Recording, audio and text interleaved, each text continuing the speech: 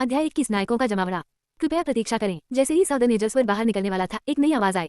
ये खिलाड़ियों का एक समूह था जिसका नेतृत्व एक युवा पुरुष कर रहा था। उसकी पीठ पर एक चमकदार रंगीन लंबा धनुष लटका हुआ था। Happy drunk Phantom marksman F स्तर 17। स्वास्थ्य अंक 1745। आक्रमण शक्ति 258। नोट: द एरिस्टोक्रेट्स के वाइस गिल्ड मास्टर। जब जेआनफी की नजर अल्फ पर पड़ी तो वो आश्चर्यचकित रह गया। खेल के तीसरे दिन वास्तव में किसी को हिडन क्लास मिल गई थी। भाग्यशाली होना अतिशयोक्तिपूर्ण होगा। ये दैवीय हस्तक्षेप था। खेल में चाहे प्रोफेशन के खिलाड़ी हो या कॉम्बैट क्लास के खिलाड़ी, कुल 3 अलग अलग वर्ग के स्तर थे। पहला सबसे सामान्य प्रकार है, वह प्रकार जिसे एनपीसी ने मुक्त ऊतक की तरह सौंप दिया। दूसरा रेयर क्लासेस होगा। दुर्लभ वर्ग अधिक मजबूत थे, हालांकि उन्हें आगे बढ़ने के लिए विशेष साधनों और तरीकों की आवश्यकता थी। तीसरा प्राप्त करना सबसे कठिन होगा, द हिडन क्लास। वे एक विशेष, विशिष्ट, अद्वितीय वर्ग थे। मायावी छिपे हुए प्रशिक्षक कभी भी 2 से अधिक प्रकट नहीं हुए। छुपे हुए वर्ग अपनी स्वयं ही एक लीग में थे। चाहे विकास दर हो या कौशल वृक्ष, हिडन क्लास के खिलाड़ी अपने साथी खिलाड़ियों से आगे रहेंगे। महान शक्ति के साथ महान चुनौतियां आईं। हिडन क्लास प्रशिक्षक का पता लगाना भूसे के ढेर में सुई खोजने जैसा था। यदि आपने किया भी, तो उनकी खोज को पूरा करने के लिए असाधारण कौशल और दृढ़ता की आवश्यकता होती है। जब भी कोई खिलाड़ी हिडन क्लास की खोज को पूरा करने में कामयाब होता है, तो उसे क्लास के साथ साथ क्रोमेटिक इवॉल्विंग उपकरण भी प्राप्त होता है।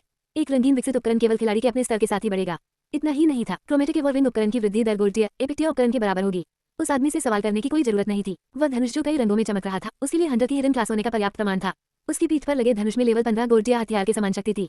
खेल के उस चरण में ये सार्वजनिक रूप से देखा जाने वाला पहला अंतिम हथियार हो सकता है। क्या हो रहा है? युवा मास्टर मुझसे क्या चाहते हैं? साउदर्न एजर्सवर्थ ने भौहें ऊपर उठाते हुए पूछा। जेआनफी इसे साबित नहीं कर सके, लेकिन उन्होंने अनुमान लगाया कि वे दोनों एक दूसरे को अच्छी तरह से जानते थे।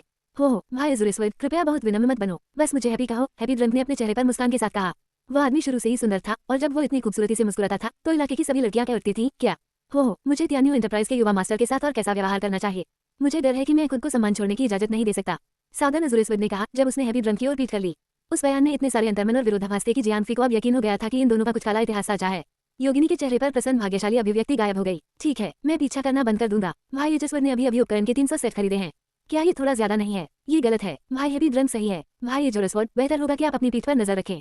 इस बार एक और बड़ी भीड़ साथ आई। एक के बाद एक खिलाड़ियों के कई बड़े समूह आते रहे। आखिरकार ये पहले आओ पहले पाओ की बिक्री थी। दक्षिणी एजर्सवर्थ बाकियों की तुलना में तेज था, बस इतना ही। ओल्ड डेमन, आप यहाँ अपनी मदद के लिए भी आए हैं। दक्षिणी एजर्सवर्थ ने अपने भीगे हुए दांतों से फुसफुसाया। डेमन्स ग्रिमेस जादूगर भूत स्तर 17। स्वास्थ्य अंक 1150। जादुई आक्रमण शक्ति 374। नोट: अर्कोसियोस अभयारण्य के गिल्ड मास्टर। दूसरा लड़का। जैसे ही शहर के अधिक से अधिक बड़े शॉट आए, जेआनफी ने अपनी आंखें घुमाई।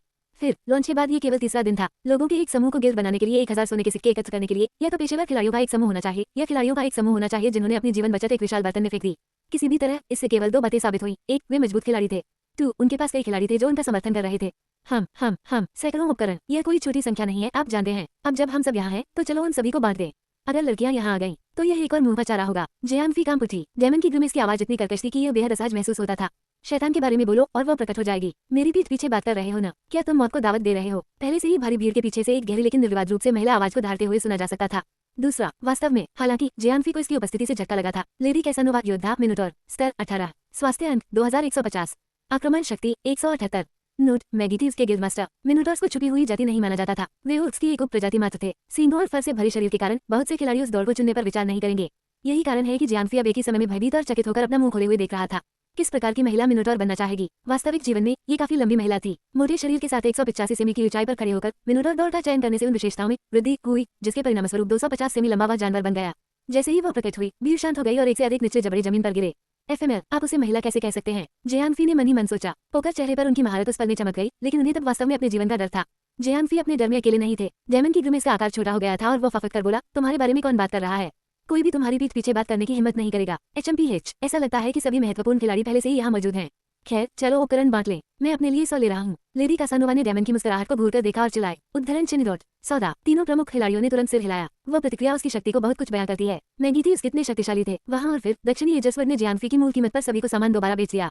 ये सब बहुत अचानक और सीधा था। अन्य गिल्ड मास्टर और वाइस गिल्ड मास्टर उसकी मांग पर क्यों सहमत होंगे? जेआनफी अपने दिमाग को इसके चारों ओर लपेट नहीं सका। विभिन्न खेल खेलने के उनके सभी वर्षों में रहस्य को दूर नहीं किया जा सका।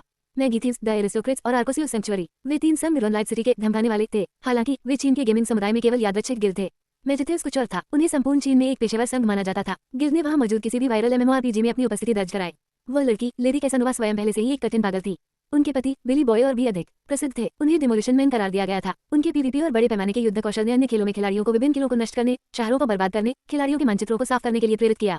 वह आदमी जितना अजय था उतना ही बदनाम भी था। आप में से प्रत्येक को 50 सेट मिलते हैं। इसे लो और जाओ, साउदर्न एजर्सवर्थ ने कहा। वह थोड़ा नाराज था। यदि उनके लिए नहीं होता तो वह पहले ही जेआनफी का स्टॉल छोड़ चुका होता। उनके संघ के सभी शीर्ष खिलाड़ी पर्याप्त रूप से सुसज्जित हो सकते थे। अध्याय 22, एक वास्तविक कार्यशाला। ठीक है, डेमन की ग्रिमेस और हैप्पी ड्रंक ने एक ही समय में अपना सिर हिलाया। निश्चित रूप से यदि वे अपने दिल की बात व्यक्त करते तो विशाल मादा मिनोटॉर उनके सिर पर निशान लगा देती। एक साथ मिलकर भी उनके संग कभी भी मैगी थीव्स का मुकाबला नहीं कर सके। ये तय हो गया है, हम जल्दी ही एक दूसरे को फिर से देखेंगे, साउदर्न एजर्सवर्थ ने रूखेपन से कहा। बहुत अच्छा, अगली बार तक अलविदा। अन्य सभी बड़े शॉट्स ने विदाई ली। उनमें से कोई भी अब वहां रहना नहीं चाहता था, खासकर जब वे सभी प्रतिद्वंदी थे। उस समय जियानफी अब चित्र के लिए प्रासंगिक नहीं थी। वह अपनी दैनिक जीविका चलाने वाला एक और यादृच्छिक विक्रेता था। इंतजार, जियानफी जोर से चिल्लाया। उसके ग्राहक तब चले जा रहे थे जब उसने बड़ी बंदूकें भी नहीं निकाली थी। क्या हुआ, किसी बात पर नाराजगी है? लेडी कैसानोवा ने झूठ बोला। वह उसे घूरने के लिए झुक गई। जियानफी ने 2 अनिच्छित कदम पीछे ले लिए। यह महिला वास्तव में एक खुरला सकती है और मुझे मांस में बदल सकती है।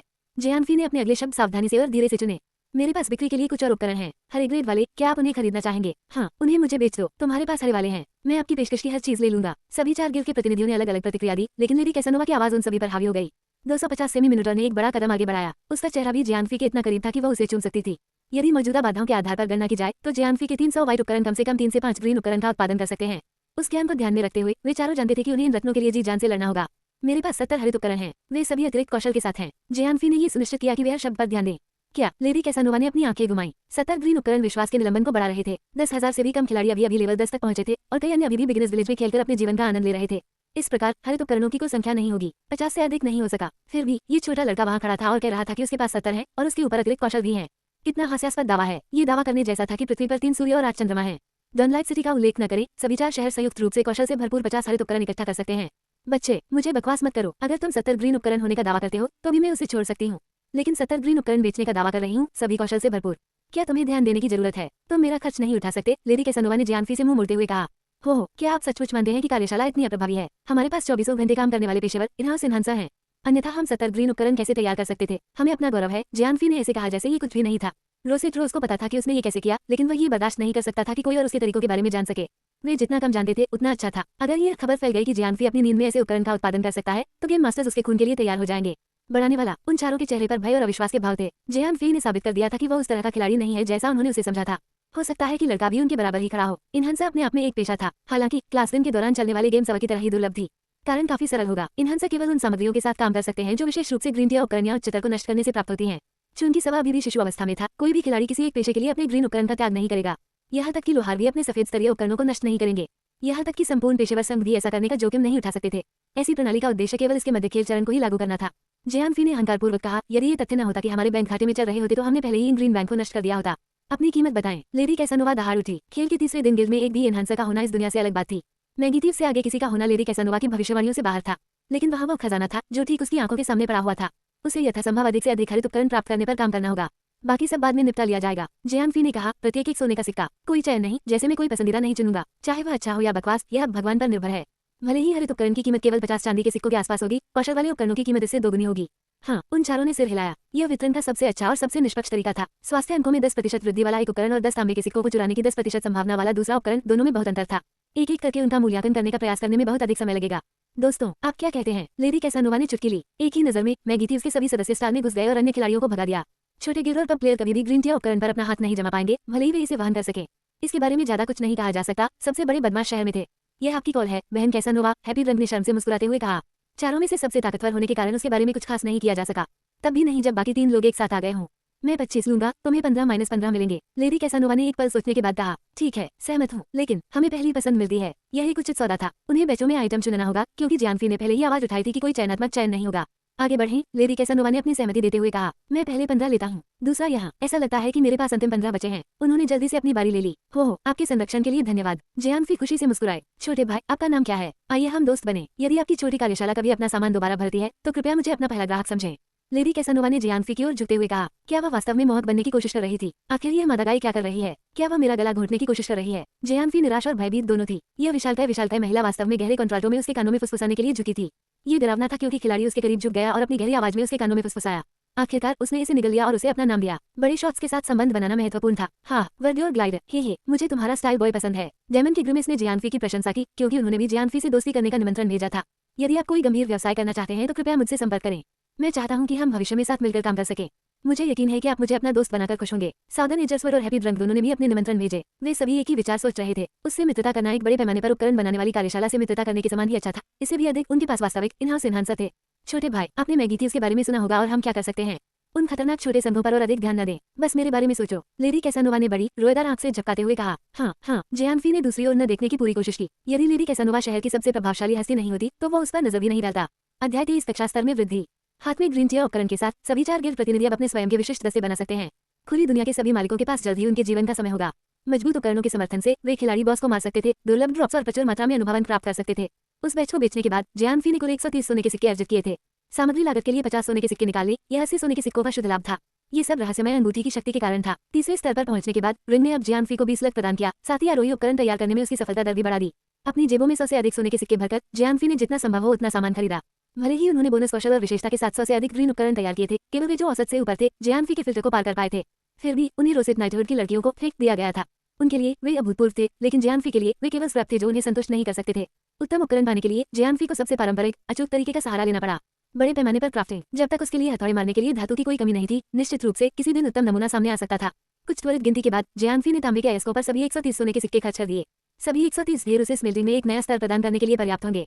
डिंग, प्लेयर की स्मेल्टिंग लेवल 2 तक पहुंच गई है। सामग्री की बर्बादी की संभावना 50% तक कम हो गई है। बर्बादी को 60% से घटाकर 50% करना सबसे मददगार था, खासकर बड़े पैमाने पर उत्पादन की उनकी क्षमता में। काम पूरा होने के बाद जियानफी ने कुल 58 कॉपर निगोट्स एकत्रित किए थे।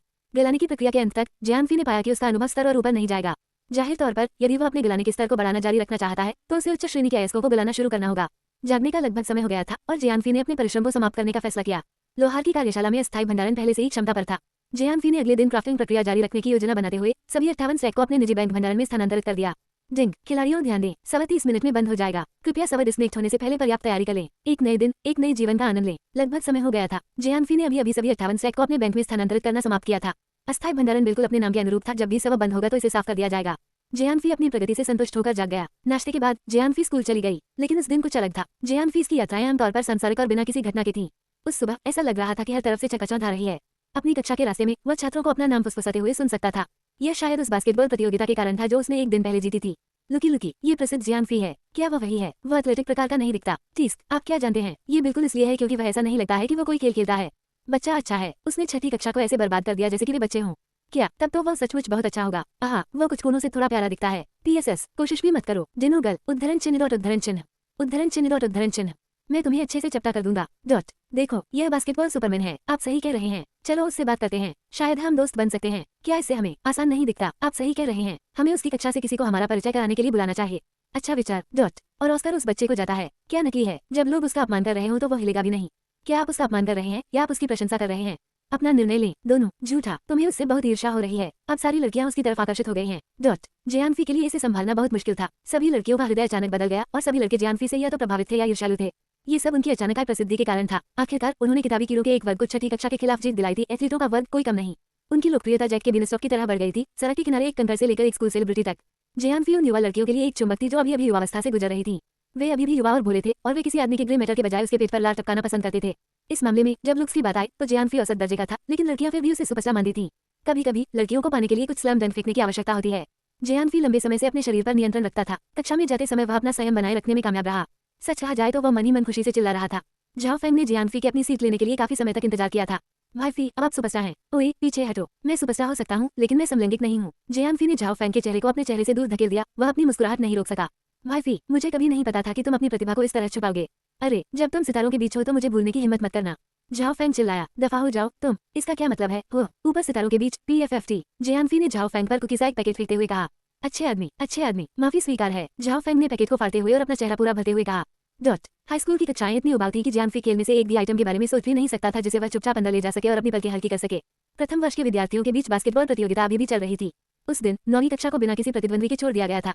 जियानफी नियमित कक्षा में भी भाग लेने से काफी उब गई थी। बास्केटबॉल मैच तो दूर की बात है। सन मिंगमिंग ने जियानफी को टीम के हिस्से के रूप में अगले मैच में शामिल होने के बारे में याद दिलाने का कोई मौका नहीं छोड़ा था।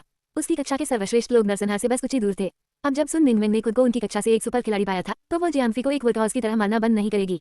भाईफी, तुम्हारे पिताजी तुम्हें खेल कब खेलने देंगे? मैं आखिरकार बिगिनर्स विलेज से स्नातक हो रहा हूँ। झाओ फेंग ने आखिरी कक्षा के दौरान एक उबासी को दबाते हुए बुदबुदाया। मुझे कोई अंदाजा नहीं है। तारांकन अंगूठी, तारांकन, यही घंटी है। मैं अब घर वापस जा रहा हूँ। कल मिलते हैं। अलविदा। डॉट, घर वापस आकर जियानफी ने अपनी दैनिक दिनचर्या दोहराई। रात का खाना, होमवर्क, बाथरूम, यही कुबाव चक्र था और उनके परिवार को इसके बारे में कोई शिकायत नहीं थी। वे चीन के सबसे औसत परिवार के प्रतीक थे। जियानफी के पिता किसी यादृच्छिक कंपनी में ब्लू कॉलर के रूप में काम करते थे, जिससे अच्छी खासी कमाई होती थी, जिससे परिवार को आराम मिलता था। जियानफी की मां एक पूर्णकालिक गृहिणी थी जो जियानफी और उनके पिता की देखभाल करती थी। बस इतना ही था। डॉन ब्रेक में आपका पुनः स्वागत है। एक चमकदार चमक के साथ जियानफी ने चौथी बार खेल में प्रवेश किया। जीविका के लिए काम करने का समय। फिर से जियानफी ने अपने चेहरे पर व्यापक मुस्कान के साथ कहा, युद्ध विशेषज्ञों के साथ बने रहने में सक्षम होने के लिए जियानफी को कुछ पागल गंभीर उपकरण पैक करने होंगे। सही कौशल और विशेषताओं को खोजने के लिए उसे भारी मात्रा में उपकरण तैयार करने होंगे। जिंग कक्षा स्तर बढ़ गया है। शुरुआती लोहार वर्तमान में स्तर 2 पर है। 10 घंटे से अधिक समय तक लगातार लोहारने के बाद जियानफी ने एक और क्लास लेवल हासिल कर लिया था। ब्लैकस्मिथिंग तब लेवल 2 थी। उनकी क्राफ्टिंग की सफलता दर में केवल 5% की वृद्धि हुई थी और चढ़े हुए उपकरणों को क्राफ्ट करने की सफलता दर में मामूली 1% की वृद्धि हुई थी। अध्याय 24 भंडारण साफ करना। 4 से 5 घंटे बाद जियानफी एक बार फिर पूरी तरह से बेकार हो गई। इसके स्थान पर 1100 व्हाइट टियर उपकरण और 420 से अधिक ग्रीन टियर उपकरण थे। क्राफ्टिंग उपकरणों की बढ़ी हुई सफलता दर के साथ साथ बोनस विशेषताओं वाले उपकरणों की उपस्थिति स्पष्ट रूप से चमक रही थी। सौभाग्य से अस्थायी भंडारण प्रणाली में अधिकतम क्षमता नहीं थी, अन्यथा जियानफी गंभीर संकट में पड़ जाती। सभी उपकरणों की सावधानीपूर्वक समीक्षा करने के बाद जियानफी ने रोसेट नाइटवर के लिए सर्वश्रेष्ठ 100 को अलग रखा था। दूसरी ओर पूरे बैच में से सर्वश्रेष्ठ को रंग के नीले स्लॉट में रखा गया था। बाकी उपकरण संभवतः बेच दिए जाएंगे। सच कहा जाए तो जियानफी को रहस्यमय अंगूठी के बारे में बहुत कम या कोई जानकारी नहीं थी। लाल स्लॉट में अभी भी सफेद उपकरण के कुछ टुकड़े थे जिन्हें रिंग ने अभी तक उपभोग नहीं किया था। जियानफी ने कुछ ग्रीन्स भी फेंके थे, फिर भी रिंग ने कुछ भी अंदर नहीं लिया था। ऐसा लग रहा था मानो लेवल 3 पर पहुंचने के बाद रिंग का स्तर बढ़ना बंद हो गया हो। हालांकि जियानफी रिंग को पूरी तरह से समझ नहीं पाए थे, लेकिन उन्हें संदेह था कि कुछ शर्तों को पूरा करना होगा। स्थितियां जो वह अभी तक नहीं जानता था। वाह, प्यारे भाई ने और 100 ग्रीन्स बना दिए हैं। रोसेट म्याओ म्याओ ने कहा जब जियानफी ग्रीन उपकरण को रोसेट नाइटवर के भंडारण में जमा कर रहा था। वह कहीं से प्रकट हुई थी और एक युवा छोटी बहन की तरह जियानफी से चिपक गई थी। क्या तुम सचमुच इतनी उब गई हो म्याओ म्याओ? तुम अन्य सदस्यों के साथ मिलकर प्रशिक्षण क्यों नहीं ले रही हो? अरे मैंने किया, मैं पहले से ही लेवल 15 पर हूँ। निशिशिशी म्याओ म्याओ ने गर्व से अपनी छाती फुलाते हुए कहा। हालांकि स्तर 15 तक पहुंचना कुछ लोगों के लिए एक उपलब्धि थी, लेकिन उच्च वर्ग के लोगों के लिए यह बहुत धीमी गति थी। म्याओ म्याओ एक पुजारी थे, इसका मतलब ये था कि वो कुछ स्तरों पर पिछड़ने का जोखिम उठा सकती थी। फिर तुम यहाँ क्या कर रहे हो? जियानफी ने थोड़ा नाराज होकर कहा। मैं यहाँ सिस्टर ज़ू के लिए औषधियाँ दोबारा इकट्ठा करने आई हूँ। प्यारे भाई, ये गेम बहुत कठिन है। राक्षस बहुत ताकतवर हैं, इसमें बहुत सारा पैसा लगता है, सारा नुकसान हुआ है और ठीक होने वाली औषधियाँ भी। किसी को शहर लौटना होगा और पार्टी के लिए औषधियाँ दोबारा जमा करनी होंगी और इस बार मैं लड़की हूँ। म्याओ म्याओ ने शिकायत की। काश वह जानती कि वह और समाज की अन्य राजकुमारियां कितनी भाग्यशाली थीं। जब स्पैम प्रशिक्षण की बात आती है तो औषधि सबसे महंगी विधि थी। यही एक कारण था कि वे फ्री टू प्ले खिलाड़ियों की तुलना में तेजी से स्तर हासिल कर सकती थी। शायद शीर्षस्टार गिल्ड भी तेजी से लेवलिंग के लिए वास्तविक पैसा खर्च करने को तैयार नहीं होंगे। तस्क, तुम अभी भी यहाँ क्या कर रहे हो? जाओ, मुझे परेशान करना बंद करो। इसके बारे में जल्दी करो, अन्यथा गिल्डमास्टर उस बट को थप्पड़ मार देगा। जियानफी ने हंसते हुए कहा। ब्ले, सिस्टर सू कभी भी इतनी हिंसक नहीं होगी। रोसेट म्याओ म्याओ ने जियानफी में रसभरी उड़ाई और जल्दी से औषधि की दुकान के लिए निकल गई। उसके जाने के बाद जियानफी ने 100 ग्रीन्स जमा किए। उन्होंने पाया कि हरित उपकरणों का पिछला बैच खत्म हो चुका था।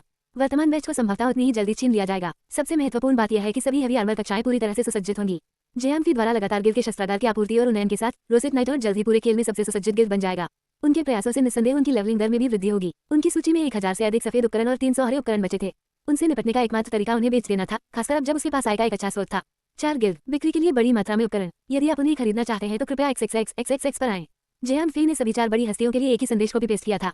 मैं अभी वहां आता हूँ। 1 मिनट से भी कम समय में उन चारों ने जवाब दे दिया था। अब वे जानते थे कि जियानफी की बड़ी मात्रा कम से कम कई 100 के बराबर होनी चाहिए। जब तक जियानफी अपने निर्देशांक तक पहुंचे, चारों खिलाड़ी पहले से ही उनका इंतजार कर रहे थे। सौभाग्य से जियानफी के लिए शहर में 1 से अधिक लोहार की कार्यशालाएं थीं। जियानफी ने खिलाड़ियों को उस पर हमला करने से रोकने के लिए एक विशेष रूप से दूरस्थ स्थान चुना था। हो भाई, ऐसा लगता है कि आपकी छोटी सी कार्यशाला काफी उपयोगी है। जियानफी के पास आते ही दक्षिणी अजुरेश्वर ने बात की। जियानफी ने कहा, हो, हमारे लिए इतना उत्पादन करना सामान्य बात है, अभी भी बहुत कुछ करना बाकी है। छोटे भाई, क्या मैंने तुमसे यह नहीं कहा था कि यदि तुम उपकरण बेचना चाहते हो तो केवल मुझसे ही संपर्क करो? तुमने इन बाकी बदमाशों से संपर्क क्यों किया? लेडी कैसानोवा ने जियानफी के पास पहुंचते हुए कहा। जियानफी शपथ ले सकती थी कि उसने उस पर चमकने वाली सूरज की रोशनी को ग्रहण कर लिया है। हैप्पी ड्रंक ने हमेशा की तरह सुरुचिपूर्ण और शांत भाव से कहा, सिस्टर कैसानोवा, आपको इतना लालची नहीं होना चाहिए कि आप अपने लिए सभी अच्छे उपकरण छीन लें। जियानफी चौंक गया, लेकिन जब उसने हैप्पी ड्रंक का स्तर देखा तो उसने अपनी अभिव्यक्ति अच्छी तरह छुपा ली। केवल एक दिन में वह आदमी लेडी कैसानोवा के स्तर को पार कर गया और स्तर 19 तक पहुंच गया। हाँ, साझा करना याद रखें। डेमन का ग्रुम इस मैदान में शामिल हो गया और शिकायत करने लगा। जियानफी ने ब्लैकस्मिथ वर्कशॉप के बाहर नजर डाली और बड़ी संख्या में खिलाड़ियों को इकट्ठा होते देखा। ये स्पष्ट था कि उन 4 बड़े शॉट्स ने अपने सदस्यों को अपनी शक्ति के प्रदर्शन के रूप में लाया था। बहुत हो गई बातचीत। यह मौजूदा बिक्री वर्कशॉप के भंडारण को खाली करने के लिए है। हम फिलहाल कोई उपकरण नहीं बेचेंगे। अभी कुल 1100 व्हाइट टियर उपकरण और 320 ग्रीन उपकरण हैं। कीमतें कल की तरह ही हैं, जियानफी ने उदासीन भाव से कहा। अच्छे आदमी, साउदर्न एजर्सवर्ड ने कहा। हालांकि उन चारों को पता था कि जियानफी ने बड़ी रकम का उल्लेख किया था, लेकिन उन्होंने कभी अनुमान नहीं लगाया होगा कि संख्या वास्तव में 3 अंकों से अधिक होगी। चूंकि जियानफी पूरे गिल्ड के भंडारण को साफ कर रहा था, इसलिए उस राशि का कुछ मतलब था। भाई, आपकी कार्यशाला का नाम क्या है? क्या ये किसी संघ से संबंधित है? डेमन की ग्रुमिस से पूछा। ऐसी उत्पादक कार्यशाला होने का मतलब ये होगा कि इसका मूल संघ अत्यंत शक्तिशाली होगा। यदि वे स्वयं के अलावा किसी और से जुड़े नहीं थे तो यह उसे अपने साथ जोड़ने का सही मौका था। हो, व्यवसाय पहले, वह बातचीत प्रतीक्षा कर सकती है। जब समय सही होगा हम खुद को प्रकट करेंगे। जियानफी ने इस तथ्य को छिपाने की कोशिश की कि शुरुआत में कार्यशाला जैसी कोई चीज नहीं थी। ठीक है, चलिए व्यापार शुरू करते हैं, साउदर्न एजर्सवर्ड ने कहा। लेडी कैसानोवा, शायद इस बार हमारे पास अधिक उपकरण हो सकते हैं। हम में से प्रत्येक के पास 200 सफेद उपकरण होंगे, जबकि आप 300 ले सकते हैं। जहाँ तक हरे उपकरण की बात है, हम में से प्रत्येक के पास 70 होंगे और शेष 110 आपके होंगे। ये कैसा है? हैप्पी ड्रंक ने कहा। यह मेरे साथ ठीक है। लेडी कैसानोवा ने सिर हिलाया। हालांकि संख्याएं पिछले लेन देन जितनी अधिक नहीं थी, फिर भी यह ठीक था। दरअसल वे चारों एक ही शहर में थे। उनमें से किसी एक के लिए बहुत अधिक शक्तिशाली हो जाना और हर चीज पर एक अधिकार जमा लेना मूर्खतापूर्ण होगा। आप लोग कैसे हैं? हैप्पी ड्रंक ने डेमन के ग्रुमेस और साउदर्न अज़ूरिसवुड की ओर रुख किया। यह कोई समस्या नहीं होनी चाहिए, लेडी कैसानोवा ने उनकी ओर से उत्तर दिया। लेन देन जल्दी से पूरा हो गया और जियानफी हाथ में 430 सोने के सिक्के लेकर चला गया। तथ्य यह है कि 4 गिल्ड साथ ही रोसिट नाइटहुड एक अधिकार के खेल में सोने के सिक्कों को कागजी मुद्रा की तरह मानते थे। इसके बावजूद जियानफी की जेब में मौजूद 430 सोने के सिक्कों की कीमत काले बाजार में कम से कम 4000 आरएमबी थी। भले ही जियानफी ने कुछ उपकरण तैयार किए थे, लेकिन ये 4 बड़े संघों के लिए स्क्रैप के अलावा कुछ नहीं था। अकेले अर्कोसियोस सेंचुरी में 10,000 से अधिक खिलाड़ी होने चाहिए और वे चारों में सबसे छोटे थे। कुछ 100 उपकरण 1000 सैनिकों के लिए एक चम्मच पानी के अलावा और कुछ नहीं थे। वे ये उपकरण केवल अपनी विशिष्ट सेनाओं के लिए खरीद रहे थे। यहाँ तक कि उनके संघ के मुख्य सदस्य भी ऐसे उपकरणों की छाया में नहीं रह पाएंगे। अध्याय 25 पूर्ण कवच। जब सब कुछ बिक गया और जियानफी फिर से अकेला रह गया तो उसे इससे अधिक खुशी नहीं हो सकती थी। यह उसके द्वारा कमाए गए पैसे या उसके बैंक में खाली जगह के बारे में नहीं था। इतना क्षुद्र कुछ भी नहीं। वो खुश था क्योंकि उसने सबसे अच्छे उपकरण चुने थे और उन्हें रिंग की सूची के नीले स्लॉट में रखा था। वो उन्हें वास्तविक दुनिया में ले जाने के लिए तैयार था। मजबूत हरा तांबे का हेलमेट, चेनमेल हेडगियर, बढ़िया शारीरिक सुरक्षा जोड़ 2 5, जीवन शक्ति जोड़ 2, सुसज्जित निष्क्रिय कौशल प्रदान करता है। रॉकी कवच सभी शारीरिक हमलों को 5% तक कम करता है। Green copper chest plate of reflection, chainmail upper body fine, शारीरिक सुरक्षा जोड़ 3 0, जीवन शक्ति जोड़ 3, सुसज्जित निष्क्रिय कौशल प्रतिबिंब प्रदान करता है। सभी जादुई हमलों को 10% तक कम करता है और उन्हें वापस हमलावर को प्रतिबिंबित करता है। स्ट्राइकिंग का ग्रीन कॉपर गॉन्टलेट, चेनमेल फाइन, शारीरिक सुरक्षा जोड़ 2 5, जीवन शक्ति जोड़ 2, सुसज्जित कौशल प्रदान करता है। आयरन फिस्ट एक शक्तिशाली फिस्ट हमले के साथ एक लक्ष्य पर हमला करता है। 300 निश्चित क्षति का सामना करता है। 50 सेकंड का cooldown. Base king green copper metal leg armour, chainmail leg fine, शारीरिक सुरक्षा जोड़ 3 0, जीवन शक्ति जोड़ 3, सुसज्जित कौशल प्रदान करता है। चार्ज बड़ी तेजी से लक्ष्य की ओर बढ़ता है और 50 निश्चित क्षति का सामना करता है। लक्ष्य को 2 सेकंड के लिए अचेत कर देता है। प्रभावी दूरी 3 मीटर 20 मीटर। 600 सेकंड का कूलडाउन। श्रेडिंग का हरा तांबे का आर्मलेट, चेनमेल रिस्टगार्ड फाइन, शारीरिक सुरक्षा जोड़ 2 5, जीवन शक्ति जोड़ 1, सुसज्जित कौशल प्रदान करता है। लेसरेशन सभी सामान्य हमलों से लक्ष्य को नष्ट करने में सक्षम बनाता है। प्रति सेकंड 10 रक्तस्राव क्षति से निपटता है। 5 सेकंड तक रहता है। अधिकतम 5 हेयर। Green copper shoulder guard of vigour, chainmail shoulder armour fine, शारीरिक सुरक्षा जोड़ 2 0, जीवन शक्ति जोड़ 2, सुसज्जित निष्क्रिय कौशल शक्ति प्रदान करता है। अधिकतम स्वास्थ्य 15% बढ़ाता है। Vampiric green copper boots, chainmail boots fine, गति जोड़ 2, जंप जोड़ 1, जीवन शक्ति जोड़ 2, सुसज्जित निष्क्रिय कौशल प्रदान करता है। शुरुआती लाइफ स्टील प्रत्येक हमले पर 10 अतिरिक्त क्षति पहुंचाता है और उतनी ही मात्रा में क्षतिपूर्ति करता है। सैकड़ों में से जियानफी ने 7 उपकरण चुने थे जो उसे सबसे अच्छी सेवा देंगे। चूंकि जियानफी एक लोहार था, इसलिए हमले, ताकत, बुद्धिमत्ता या किसी अन्य विशेषता की विकास दर बेहद कम होगी। इसके अलावा वो कभी भी लोहार के हथौड़े के अलावा किसी अन्य हथियार से लैस नहीं हो सका। अफसोस की बात है कि हथौड़ा किसी भी हमले की शक्ति को नहीं बढ़ाएगा। अंत में जियानफी ने एक टैंक के रास्ते पर चलने का फैसला किया। बोनस विशेषता के रूप में जीवन शक्ति के साथ उपकरणों का एक पूरा सेट चुना। गियर पहनने के बाद जियानफी ने अपनी विशेषता विंडो की जांच की। खिलाड़ी वर्ड्योर ग्लाइडर स्तर 10, कक्षा शुरुआती लोहार स्तर 2, अनुभव अंक 730/25,000, स्वास्थ्य बिंदु 1512/1512, मन पॉइंट 300/300, शारीरिक आक्रमण शक्ति 7, शारीरिक सुरक्षा 160 जोड़ 50, जादुई रक्षा 7। उसके स्वास्थ्य अंक इतने ऊंचे थे कि वह मूल रूप से उसी स्तर के अन्य सभी लड़ाकू वर्ग के खिलाड़ियों से आगे निकल गया था। एक स्तर 10 योद्धा के पास अधिकतम लगभग 1000 स्वास्थ्य बिंदु होंगे, जबकि एक जादूगर के पास केवल 600 से 700 होंगे। उसने सचमुच इन स्वास्थ्य बिंदुओं को तैयार किया था। बदले में उसने मुर्गे के बराबर ही चोंच मारी। लेवल 10 योद्धा वर्ग के सबसे कमजोर खिलाड़ी के पास 100 से अधिक आक्रमण शक्ति होगी। जियानफी के पास केवल 60 थे। चीजों की तुलना करने के लिए दुश्मन तलवार से लड़ेगा, जबकि जियानफी चॉपस्टिक का उपयोग करके लड़ेगा। ज्यादा से ज्यादा वह धातु की चॉपस्टिक का उपयोग कर सकता था। बुनियादी कौशल लोहार वर्ग के ब्लेजिंग हैमर के अलावा जियानफी ने 2 अतिरिक्त सक्रिय कौशल हासिल किए थे। चार्जर लोहे की मुट्ठी। कम से कम जियानफी लगभग एक योद्धा के बराबर थी। हालांकि उनका निष्क्रिय कौशल लंबी अवधि में चमकेगा। लेकरेशन से डॉट को नुकसान होगा, समय के साथ नुकसान, और निष्क्रिय जीवन चोरी कौशल भी था जिसने प्रत्येक हमले के साथ उसे 10 स्वास्थ्य बिंदुओं से ठीक किया। जब लंबे समय तक राक्षसों को कुचलने की बात आई तो दोनों ने उसे दूसरों से आगे निकलने में मदद की। जीवन चोरी ने मूल रूप से औषधि की उसकी आवश्यकता को समाप्त कर दिया। ये कुछ राक्षसों को नष्ट करने का समय है। मैं निहाई से थक गया हूँ, जियानफी ने ऊर्जावान ढंग से कहा। उसने मुट्ठी भींच ली। वह पिछले 2 दिनों से क्या कर रहा था? नहीं, ये पैसा कमाने के बारे में नहीं था। ये सब उसे लड़ाकू वर्गों के साथ लड़ने की अनुमति देने के लिए था। मैदान में, युद्ध के मैदान में खून बहाना, हत्या करना और स्तर ऊपर उठाना। जब जियानफी ने पहली बार डॉनलाइट सिटी छोड़ा, तब तक कई अन्य लोग पहले से ही मैदान में लड़ रहे थे। दिन के उस समय के दौरान खिलाड़ी हर जगह सक्रिय थे। बारिश के बाद मशरूम की तरह जियानफी को एक भी खाली जगह नहीं मिली। नियमित दिनों में रोसिट नाइटहुड की सभी लड़कियां पब्लिक गिल्ड चैनल में बातें करती रहती थीं। जियानफी के लिए उनके प्रशिक्षण मैदानों से परिचित होना स्वाभाविक था।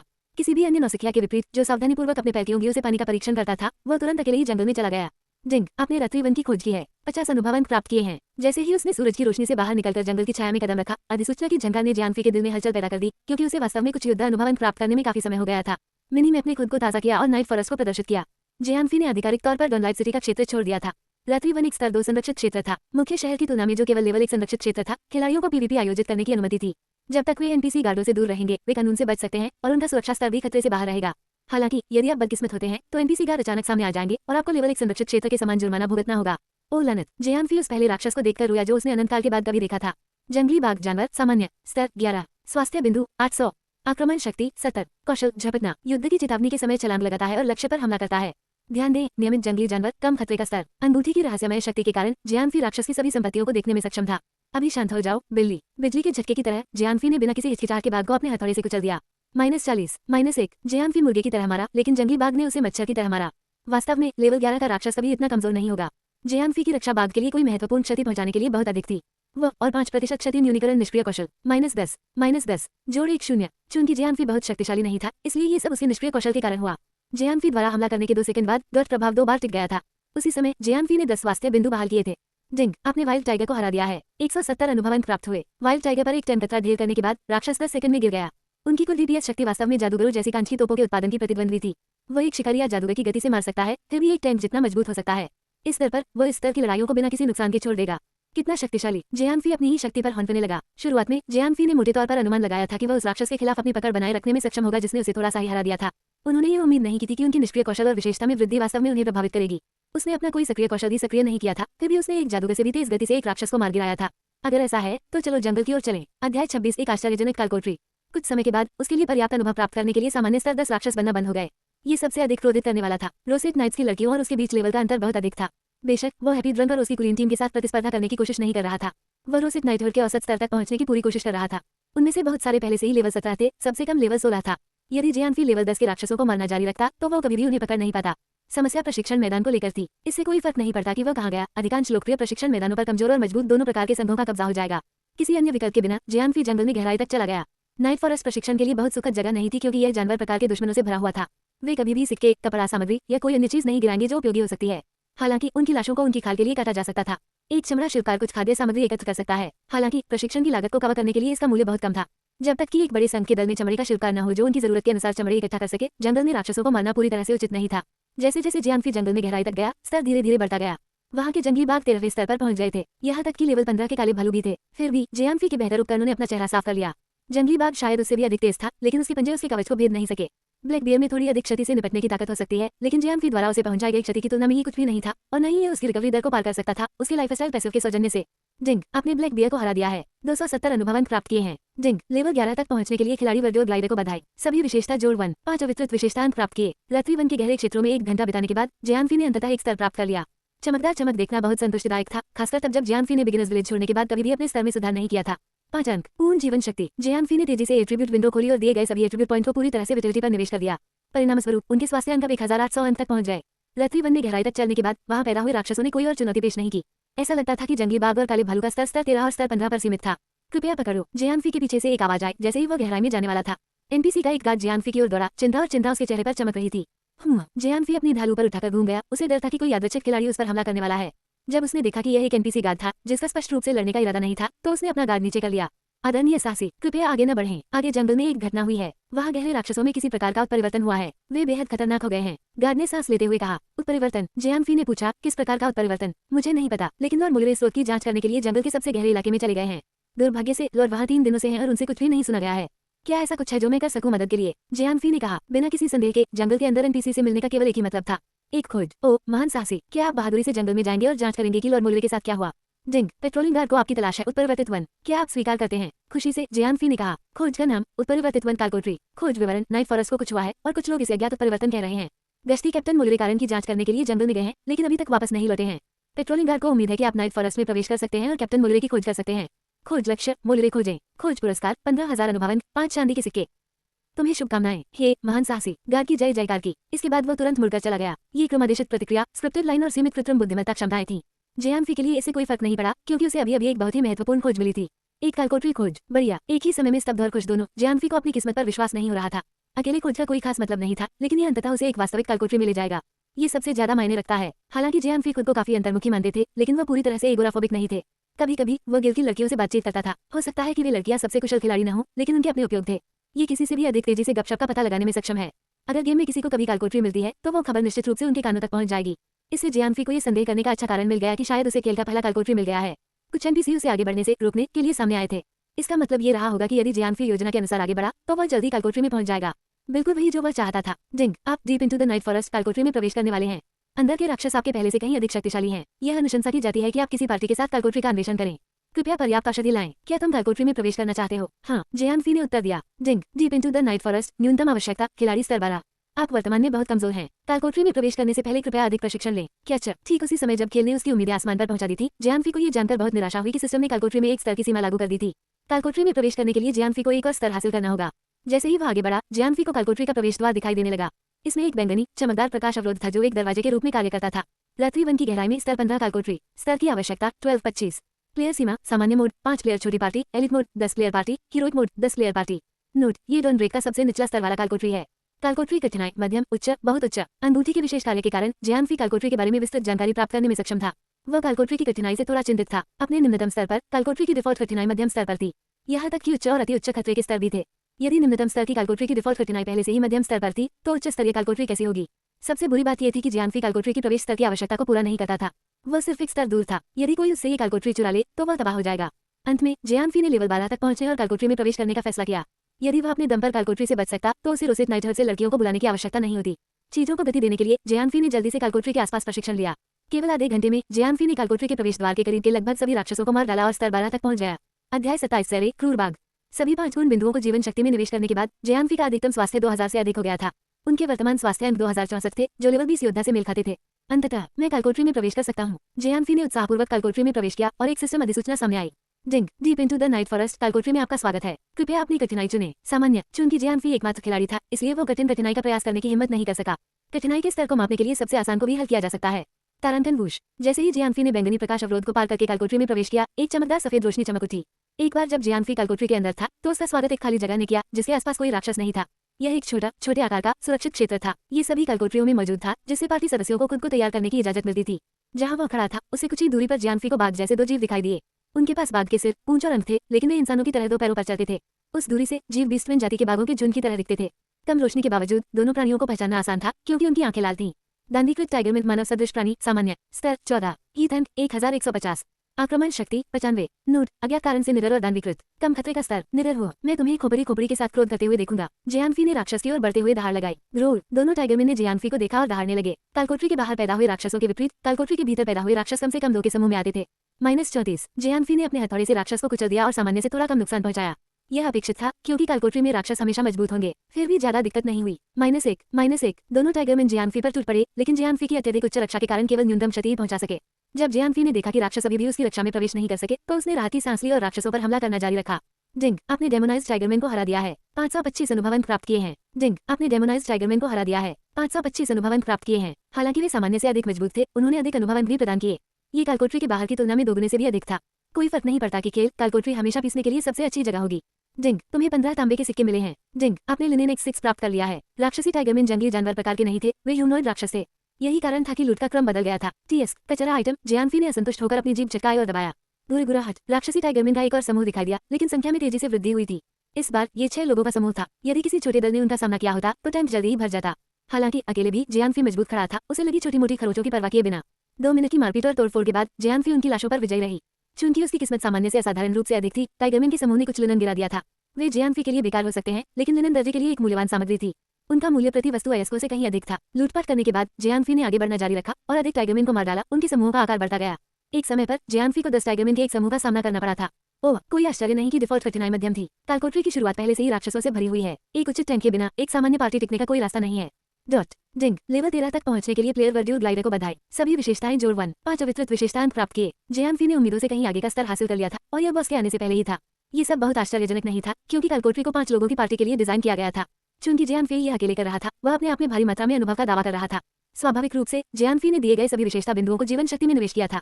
अपने स्वास्थ्य अंक बढ़ाने के साथ जियानफी ने आगे बढ़ गए। डेमोनाइज्ड टाइगरमैन के 2 और बड़े समूहों को हराने के बाद जियानफी पहले डेंगोन बॉस के सामने खड़ा हुआ। जेरे क्रूर बाघ ह्यूमनॉइड एलिट। स्तर 15। स्वास्थ्य अंक 2100। आक्रमण शक्ति 150। कौशल हैवी हिट स्वाइप ब्लिट्स आक्रमण। नोट, राक्षसी टाइगरमैन के नेता। मध्यम खतरा। दर्द लाओ। जियानफी दहाड़ उठा। इतने सारे टाइगरमैन को मारने के बाद जियानफी का आत्मविश्वास चरम पर था। उसने बेझिझक बॉस पर आरोप लगाया। गेरुआ। बॉस ने दहाड़कर अपने ही आरोप से उत्तर दिया। शुल्क। उस बॉस के खिलाफ जियानफी को अपने कौशल को सुरक्षित रखने की कोई जरूरत नहीं थी। -50। चूंकि ये कौशल एक उपकरण से आया था, इसलिए क्षति तय थी। लेकिन ये उतनी दयनीय क्षति नहीं थी जिसकी जियानफी उम्मीद कर रही थी। ये 2 सेकंड का अचेत प्रभाव था। Iron fist. -300। उपकरण व्युत्पन्न कौशल अपनी कमियों के साथ आए। न केवल उनके पास लंबे समय तक शांत रहने का समय था, बल्कि उनके हमले गंभीर क्षति पहुंचाने में भी असमर्थ थे। कोई भी खिलाड़ी भाग्यशाली स्ट्राइक के लिए उपकरण कौशल पर भरोसा नहीं कर सकता। दुर्भाग्य से जियानफी बस इसी पर निर्भर रह सकती थी। गेरुआ। होश में आने के बाद बॉस दहाड़ने लगा और जवाबी कार्रवाई शुरू कर दी। -55। कालकोठरी के पहले मालिक के रूप में जेरे महत्वपूर्ण क्षति पहुंचाने के लिए पर्याप्त शक्तिशाली था। फिर भी जियानफी के पास अतिरिक्त स्वास्थ्य अंक थे, उसे इसकी ज्यादा चिंता नहीं थी। मेरे स्टील का स्वाद चखो। जियानफी चिल्लाया, हथौड़े को ऊपर उठाकर हवा में उछल गया। -25। जाहिर है इस बॉस के पास ज्यादा बचाव नहीं था। अगर जियानफी के सामान्य हमलों से भी कुछ नुकसान हो सकता था। लेकिन ये निष्क्रियता ही थी जो आगे चलकर आई। गर्जन प्रति सेकंड निश्चित 10 क्षति के साथ जियानफी ने बॉस पर अनुमति के अनुसार कई लेकोरेशन डिबफ स्टैक लगाना शुरू कर दिया। कुछ सेकंड बाद जियानफी की कुल डीपीएस 134 क्षति थी। गेरुआ जब बॉस के स्वास्थ्य अंक 60% के करीब पहुंच गए तो जरे तेजी से घुमा और जियानफी को नीचे गिराने के लिए अपनी पूंछ का इस्तेमाल किया और फिर गुस्से में बिल्ली की तरह उस पर झपट पड़ा।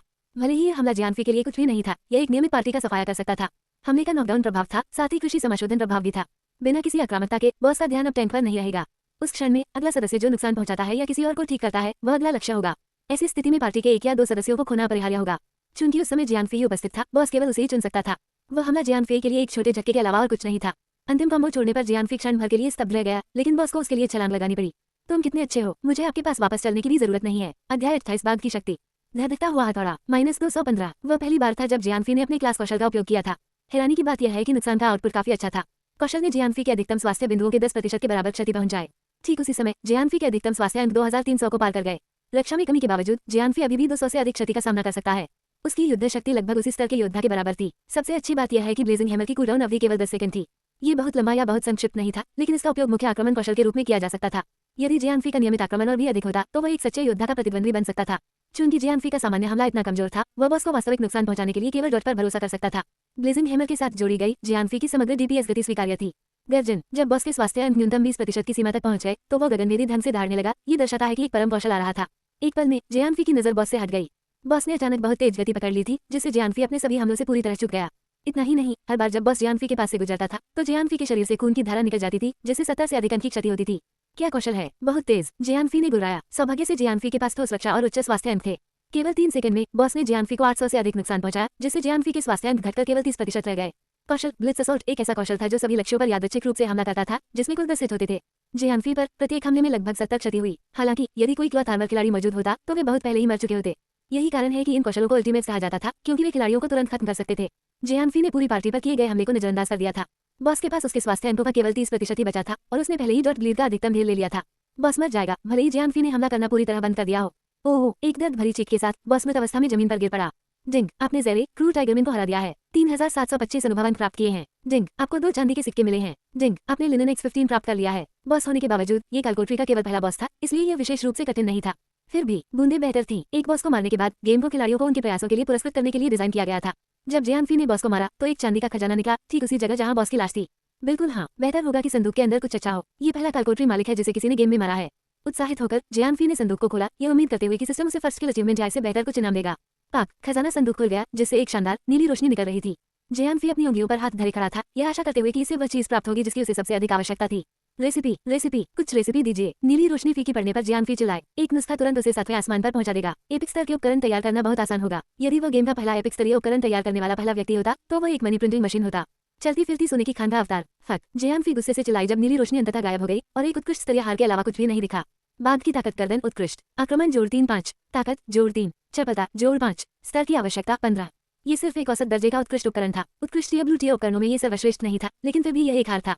न केवल सहायक उपकरण $% की गिरावट दर कम थी, crafting work jewel mister enhancer के रूप में खेलना उतना ही चुनौतीपूर्ण था। पूरे सम के समर्थन के बिना किसी के लिए भी कक्षा लेना लगभग असंभव था। मुख्यतः यही कारण था कि बहुत से खिलाड़ी सहायक उपकरणों से सुसज्जित नहीं थे। हालांकि लेवल 20 के कई खिलाड़ी लेवल रैंकिंग बोर्ड में थे, फिर भी उन खिलाड़ियों के सभी 5 एक्सेसरी स्लॉट खाली थे।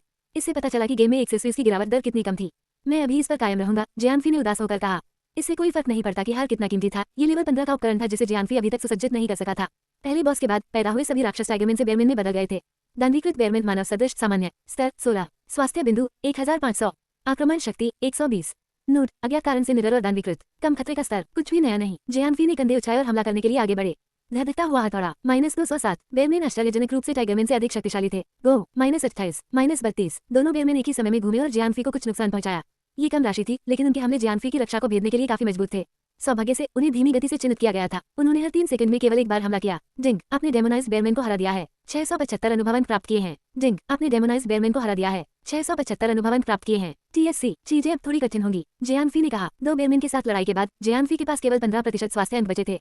कालकोटरी ने जियानफी की लाइफस्टाइल को अभिभूत कर दिया था। भगवान का शुक्र है कि मैं कुछ औषधि लाया हूँ। अपने द्वारा तैयार किए गए उपकरणों से 400 से अधिक सोने के सिक्के अर्जित करने के बाद जियानफी ने वह आवश्यक वस्तु खरीदी थी जिसे एक साहसी व्यक्ति हर समय अपने साथ रखेगा। औषधि। हाथ में पैसा होने पर जियानफी ने अपने समाज की अमीर लड़कियों की तरह व्यवहार करना शुरू कर दिया था। उसने एक ही बार में स्वास्थ्य औषधि के कुल 30 सोने के सिक्कों को खर्च कर दिया था। फिर भी 30 सोने के सिक्कों के लायक औषधि केवल 5 ढेर थी। प्रत्येक औषधि ने 10 सेकंड की अवधि में 50 स्वास्थ्य बिंदुओं को ठीक किया। प्रत्येक ढेर में 30 बोतलें थीं, प्रत्येक में 20 चांदी के सिक्के थे। ये जियानफी के वाइट टियर उपकरणों में से एक के बराबर था। अर्ग, सब खराब कर दो, उन्हें इधर उधर बैठाकर धूल बटोरने से क्या फायदा। जियानफी ने कराते हुए हॉट की बार पोषण सेट किया और कालकोठरी में गहराई से आगे बढ़ गया।